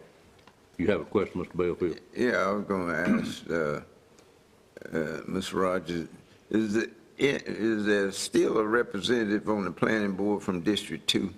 No, I know sir. we've had them on it. It is? Not as of now. We have an opening now. Yes, sir. You do have open, well, yes. I'll work on filling it. That'd be perfect. Thank you. Okay. All right, anything else on the board? Yes, sir. The last item for your consideration is the Nash County Tourism Development Authority. We do have 4 members with terms expiring on the board. All of those are eligible for reappointment with the exception of Mr. Wayne Murphy. I do have an application for a replacement for Mr. Murphy. However, I have not been able to verify the willingness of each of these members for reappointment. My suggestion would be to take action on all 4 seats at next month's meeting, if that's acceptable to the board. Their bylaws do allow for them to serve until replaced, so there would not be any problem at the end of the month. But that would be my recommendation for TDA. So you're saying not reappoint anyone today and take care of them at the next meeting? That's my recommendation, but certainly I'd Okay. assume any way you'd like. I don't have a problem with that. Any questions on that? Oh. Let's look at those appointments and let the board know, go down that list of what districts they're from. I know Mr. Belfield has one that's being reappointed. I'm afraid I don't have the districts in front of me, Mr. Chairman. If you name the name, I think I can tell you where they Okay, Mr. Wayne Murphy, of course, is not eligible for reappointment. are. And you have somebody that's been submitted for that one? I do. Okay. Purcell Kelly, He is in Mr. Belfield's district. That's the gentleman you put on a couple of years ago that is a school teacher. Is what now? That's the appointment that you made a couple of years ago that is a school teacher. I'm almost certain he lives in your district. The school teacher, Purcell Board of Kelly. Adjustment, I remember putting a fellow on there, Oscar Bruce. Right, now, we're not talking about that one. But I don't remember putting one on the planning board. Now, this is TDA, Mr. Belfield. Oh, TDA. Yes, sir. Okay. TDA, that was your board appointment a couple of years ago. He is up for reappointment. We're going to verify that he wishes to continue to serve, if that's okay with you. It's fine. Okay. And who else? Carol Rita. Carol Rita, I do have a thought that she may have relocated outside the county, so we can certainly need to check with her. Okay. And Melissa Clark. And she definitely has relocated. No, she's fine. Okay. She can be reappointed. I'm thinking about somebody else. Okay. And she is a collector, so I've got to find another collector for her, which means she's got to work for one of our hotels or own one of them. All right, we'll get that pulled together before next time. Okay, thank you. That's all I have. All right, it is now 11 o'clock, and we do have the Equalization and Board of Equalization and Review that we need to open up this time, and I'll call on Doris Sumner to start this process. And welcome, Judge Wilson. Glad to have you this morning. All right, good morning again. Thank you. As Chairman Davis said, today is the first meeting of our Nash County Board of Equalization and Review. In compliance with North Carolina General Statute 105-322 the Nash County Board of Equalization and Review will meet to hear upon request any and all taxpayers who own or control taxable property assessed for taxation in Nash County with respect to the valuation of such property. And at that time, we would need the swearing in of the board. You ready for that? I'm ready for it, yes. Judge Wilson, we'll turn it over to you, sir. Good morning, folks. Good morning. It's good to be with you. Thank you for what you do for our county. Chairman Davis, I assume you would prefer that all of you be sworn at once. I'm happy to do that. I'm also happy to swear you individually if you would prefer. If there's no objections from a board member, we'll do it all at once. All at once. All at once. You want us to stand, Judge? Yes, sir. If you would all please stand and raise your right hand. And if you have a Bible, that's great. And if you don't, that's not necessary. I think there's one at each place. Right up under there.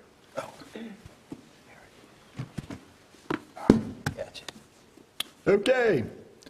Commissioners, do you and each of you solemnly swear and affirm that you will support and maintain the Constitution and laws of the United States and the Constitution and laws of North Carolina not inconsistent therewith, and that you will faithfully discharge the duties of your office as a member of the Board of Equalization and Review of Nash County, North Carolina, and that you will not allow your actions as a member of the Board of Equalization and Review to be influenced by personal or political friendships or obligations, so help you God. If so, say, I do so swear. I do swear. Thank you all. Thank you, sir. Again, thank you for everything you do for the county. This is one small but very important part of it, and we appreciate you. Likewise. All right. Okay, at this time, Chairman Davis, the tax office does not have any appeals for the board's consideration today. All right. No one here showed up either? Okay. Okay. All right. I would ask for a motion to recess this Board of Equalization and Review until June the 5th of 2023.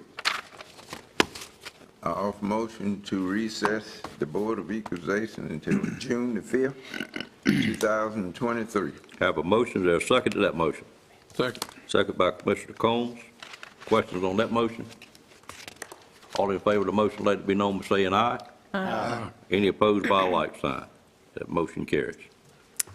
All right, thank you. Thank the board. Now, this has nothing to do with reval. This is just current Yes, changes that we have. that is correct. Okay. Mhm. I'll call you later. I've got one guy that has contacted me a couple of times, Okay, real upset about something, but I'll discuss it with you later. all at a right, later thank date. you. Mhm.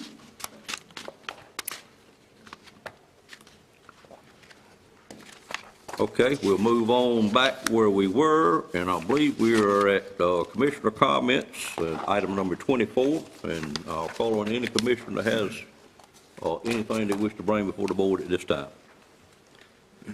Mr. Chairman, Mr. Belfield.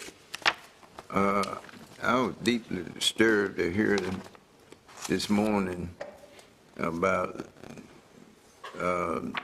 Senate bill to make school board districts coterminous with the county commissioners. I know we said something about it, but we never approved anything to be going to the legislature. And I'm just wondering, I don't think they did this on their own. They were asked to do it. And without proper input. And I just think that it need to be stopped and do it right. Okay. And because I listed my opinion when I first heard it in our closed session, but we never made any decision that we were going to ask the legislature to act on it. And so I would hope from now on that if we're going to ask the legislators to act any bill, local, or support anything statewide, that we would, as a board, will agree to do it, and not just one or two individuals. I don't recall us having a discussion about this in closed session myself. It was mentioned. Okay, it may have been mentioned, I don't recall Yeah, it having was a mentioned. discussion. But, and I said then that I didn't agree with co-terminus lines for the school board and county commission. Okay, all right, I would tell you that my involvement in it has been, I reminded the senator that we, in the former bill that we had, it had how to handle redistricting in that bill when it was first proposed. That was the bill some 5 years ago. Somewhere between when we saw the bill and when the bill was adopted, they removed the part out about redistricting. They took it from 11 members to 9 members and told you exactly how to do it by precinct. That got removed, I don't know how. I just reminded them that now, since Edgecombe had chosen, or looked like they were choosing to take their children back, that they needed to relook at that bill and see what we were to do about redistricting. The next time I saw the bill, it had already been written, and it was this Bill 248. I've had no discussion with any member of the House or the Senate about the bill until I saw the bill show up. Now, I have researched quite a bit since that point, just to see how it looked as it relates to other counties in the state of North Carolina, and how, if it looked odd or anything, and I'll be glad to share that research with you, if you like. But other than that, that's been my personal involvement in it. Yeah, well, I just think that it's something And I understand that important. Even the school board and school system should have had some input in this, and apparently they didn't. They did not, I don't think, nor did we. No. Other comments under commissioner comments? Mr. Chairman, I just have something right quick. The Gateway Technology Center board met April 18th and elected officers Norris Tolson, president, and Treasurer Cindy Edwards, Keith Rogers, the new city manager for Rocky Mount, vice president, and yours truly sits here as secretary. Also, Jennifer Baisden came off the board. She was at ECU, and Dr. Alan Guidry, Guidrey, is taking her place, and they're still in need or searching for a building manager. So if anyone knows anyone, maintenance or can do building management, we've been searching for a long time. Please let me know. And of course, what Commissioner Wilkins is speaking of is the building that sits out in front of Wesleyan College. There is a board that handles that building entirely, and that's what the board that you serve on. It has nothing to do with economic development. It's just that building itself. It gets confused sometimes, reading. I want to point that out. Okay. When you say building manager, are you speaking of someone to do maintenance work in the building? Yes, to handle the building. Yeah, they have a security person, and new security measures are being put in place.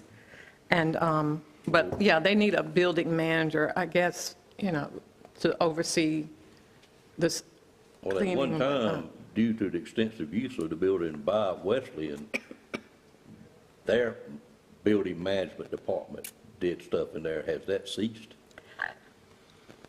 We don't have one, Okay. so I believe it Okay. has. Okay, all right. But they do still use the building for classroom space quite a bit, I think. Well, I'm sure they have someone there that goes and cleans, but no manager to oversee the whole building. Okay, all right.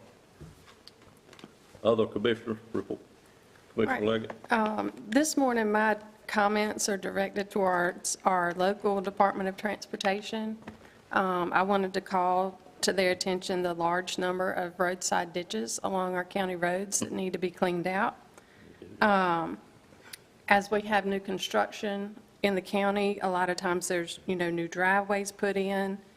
Sometimes these are done in such a fashion that it changes the flow of water. Y'all know we've had a lot of rain lately, and we had a really big storm come through yesterday afternoon. I had a lot of phone calls with citizen concerns specifically over roadway flooding, driveways being inundated and flooded, and water that had previously not flowed onto their property is now doing so. So again, two specific issues that are contributing to some of this new flooding, new construction that's changed the flow of water, and ditches that have not been cleaned out in a very long time, which are now non-existent and creating hazards in our county. That's all.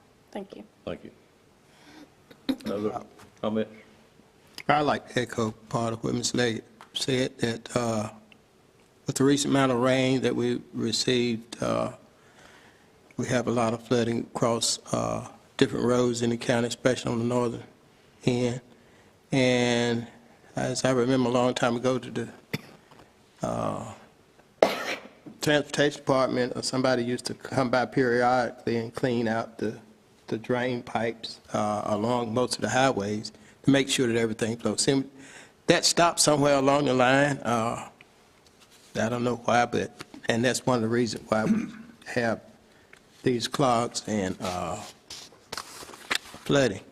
I don't know what we can do other than request that they, some kind of way, if it's the General Assembly, whoever, that can request funds that go back into at least our rural areas to make sure that drain ditch along our roadways are clear, so that we can avoid flooding and less accidents because of flooding across the highway.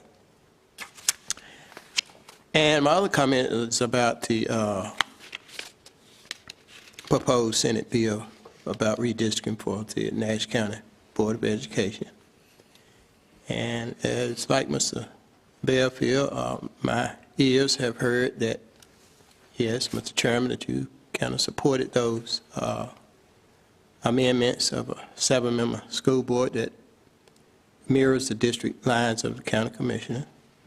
And I am opposed to that, and I think that it should be left to the Board of Education to decide on their redistricting process, and if there's a time that the Board of Education cannot reach a compromise of their process, then maybe that's when the General Assembly should step in, but not at this time.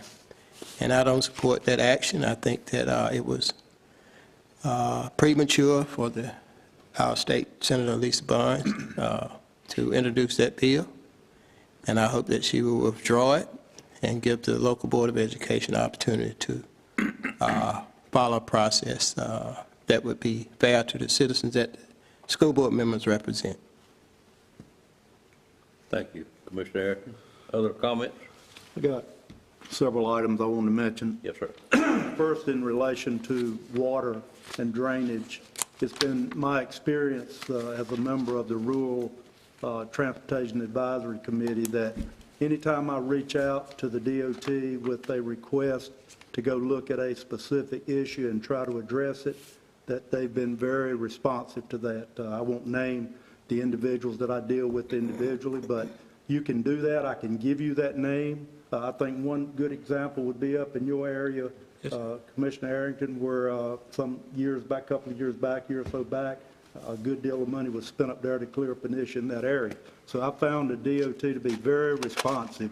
But the problem is we've had a lot of rain in a short period of time, so you're going to have some issues that the DOT is not going to be able to correct. But I can give you that name, or if you'll give me the specific areas that you are talking about, then I'd be glad to share that information with the DOT.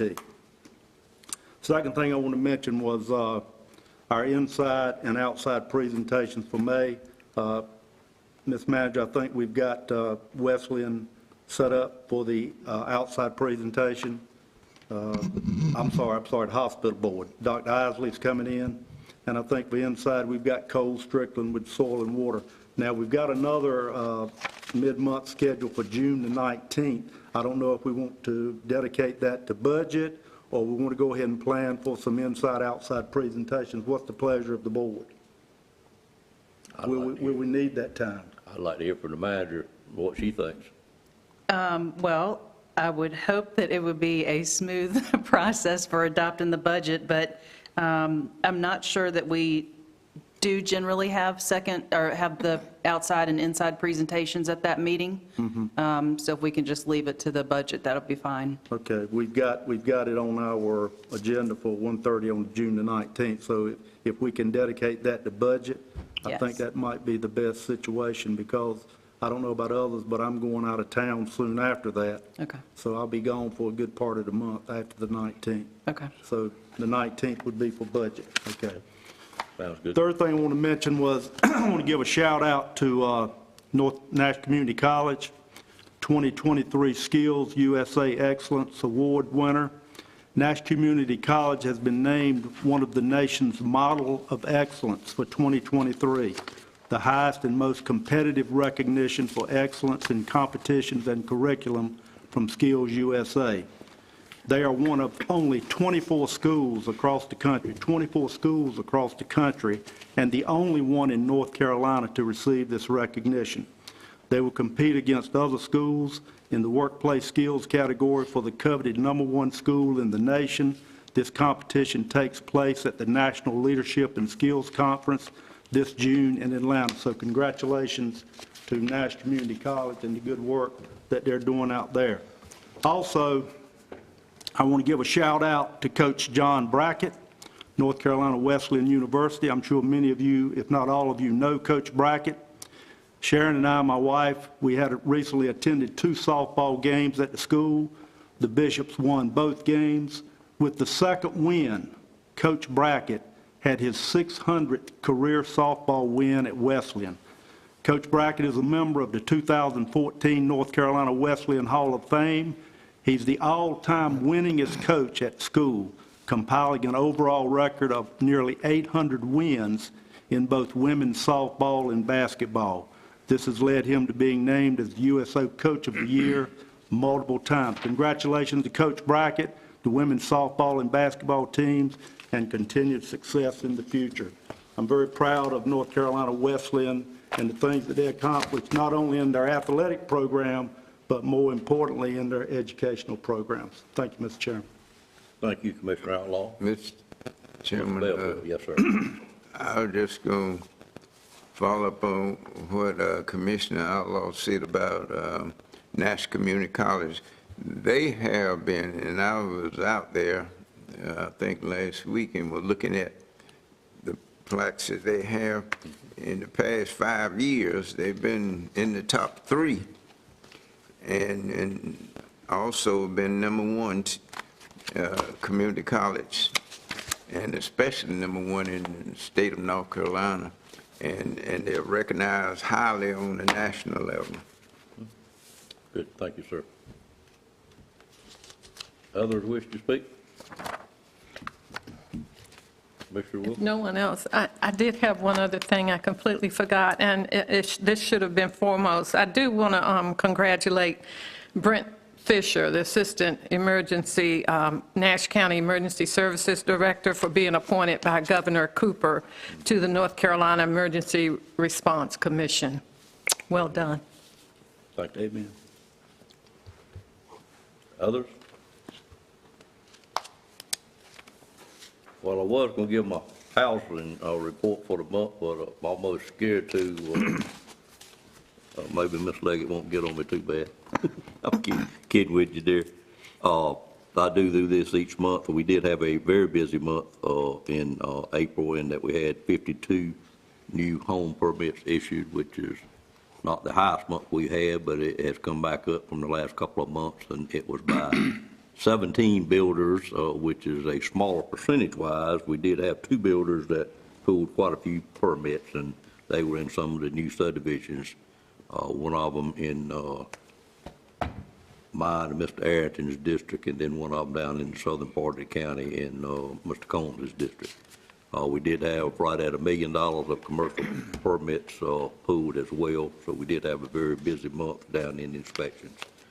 As it relates to the DOT, I had several calls also, Commissioner Leggett, about flooding roadways in my district. One of the pictures I saw was over on Old Carriage, and it was a terrible situation there, and it's, I think, just due to probably not having adequate funding for DOT to do ongoing maintenance on roadside ditches, and they probably just address it on as call needed, whereas they used to have people in place, and hopefully we'll get funding back in place, Commissioner Outlaw, to do that moving forward. But there was quite a bit of flooding, but we did indeed have quite a bit of rain over the weekend in a very short period of time.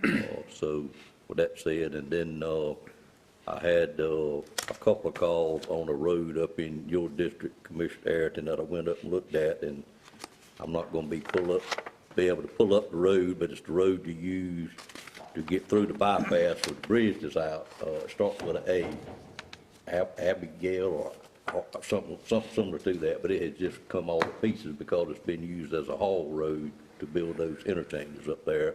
I did talk to our local DOT engineer on Friday about that, and he assured me that they were on it, that they were trying to decide if the DOT was going to fix it or if the contractor was going to fix it, but hopefully it'll something be improved on that pretty soon. To your comment, Commissioner Arrington, I have stated that I didn't have anything to do with that bill. I would restate that I didn't have anything to do with it. I do get accused for a lot of things I don't do, and that's quite all right. But I will tell you that I do, after studying and doing my research, do support the bill.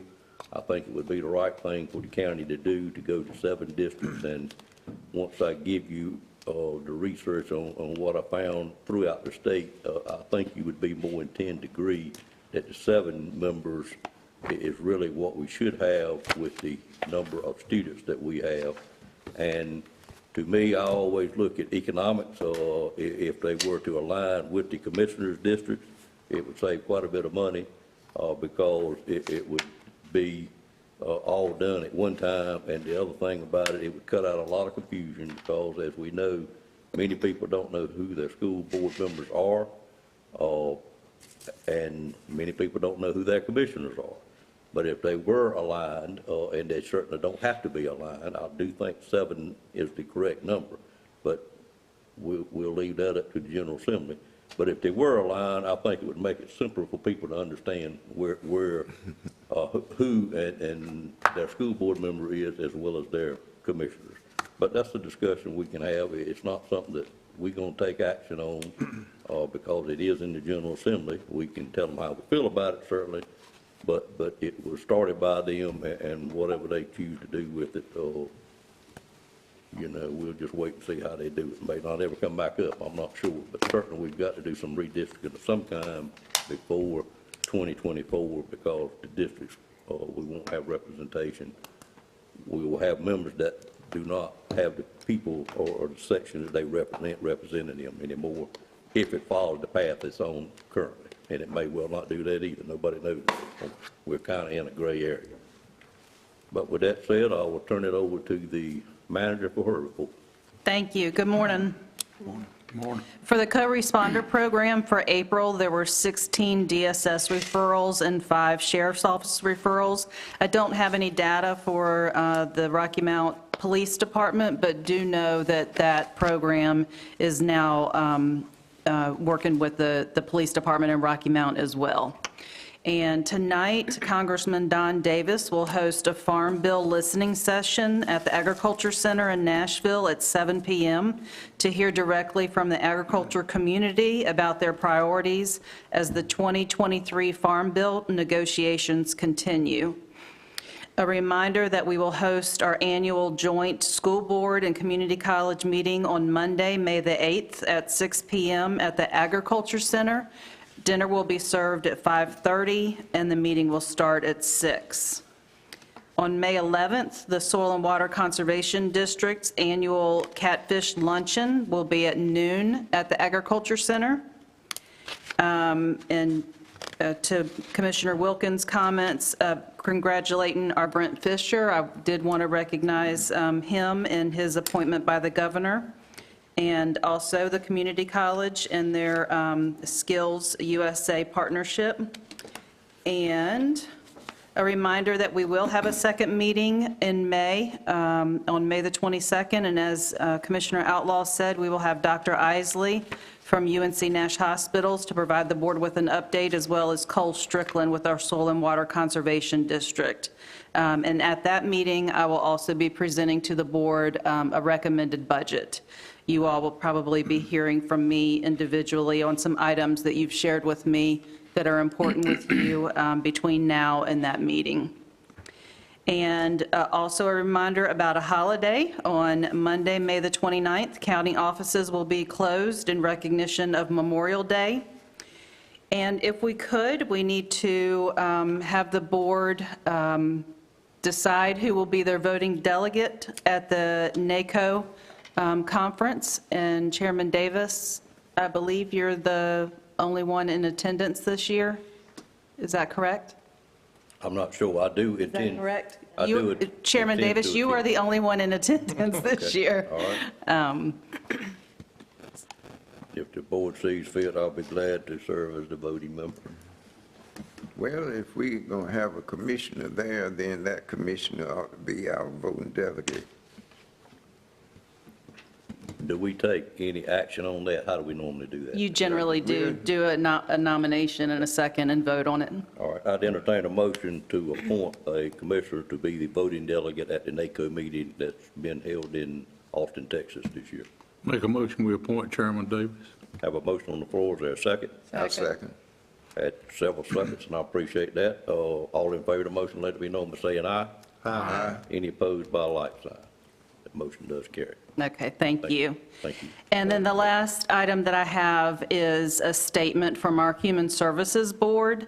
On April 20th, 2023, at the regularly scheduled Human Services Board meeting, board members wanted to communicate to the Board of Commissioners their appreciation for the manner in which they handled the very sad 8-year-old fatality case in regards to DSS.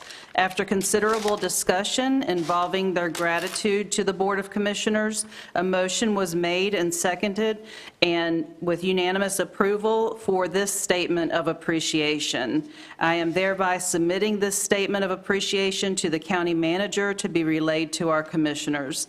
Submitted by Bill Hill, Health and Human Services Director, dated 4/28/23. I wanted to share that with you all, and that's all I have. Thank you, ma'am, for your tell Mr. Hill to let his board know it is greatly appreciated that they took the action to do that. Thank you. Will do. All right, the next item on the agenda is a closed session. The closed session is for economic development matters and a matters of attorney-client privileges.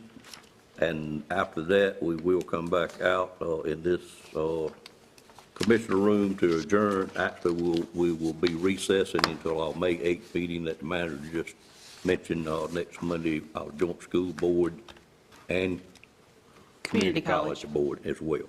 That would be our normal budget session that we have. So at this time, I'd entertain a motion to go into closed session. So moved. Moved by Commissioner Wilkins, is there a second? Second. Second by Commissioner Outlaw. Questions on the motion? All in favor of the motion, let it be known by saying aye. Aye. Any opposed by a like sign? Move in.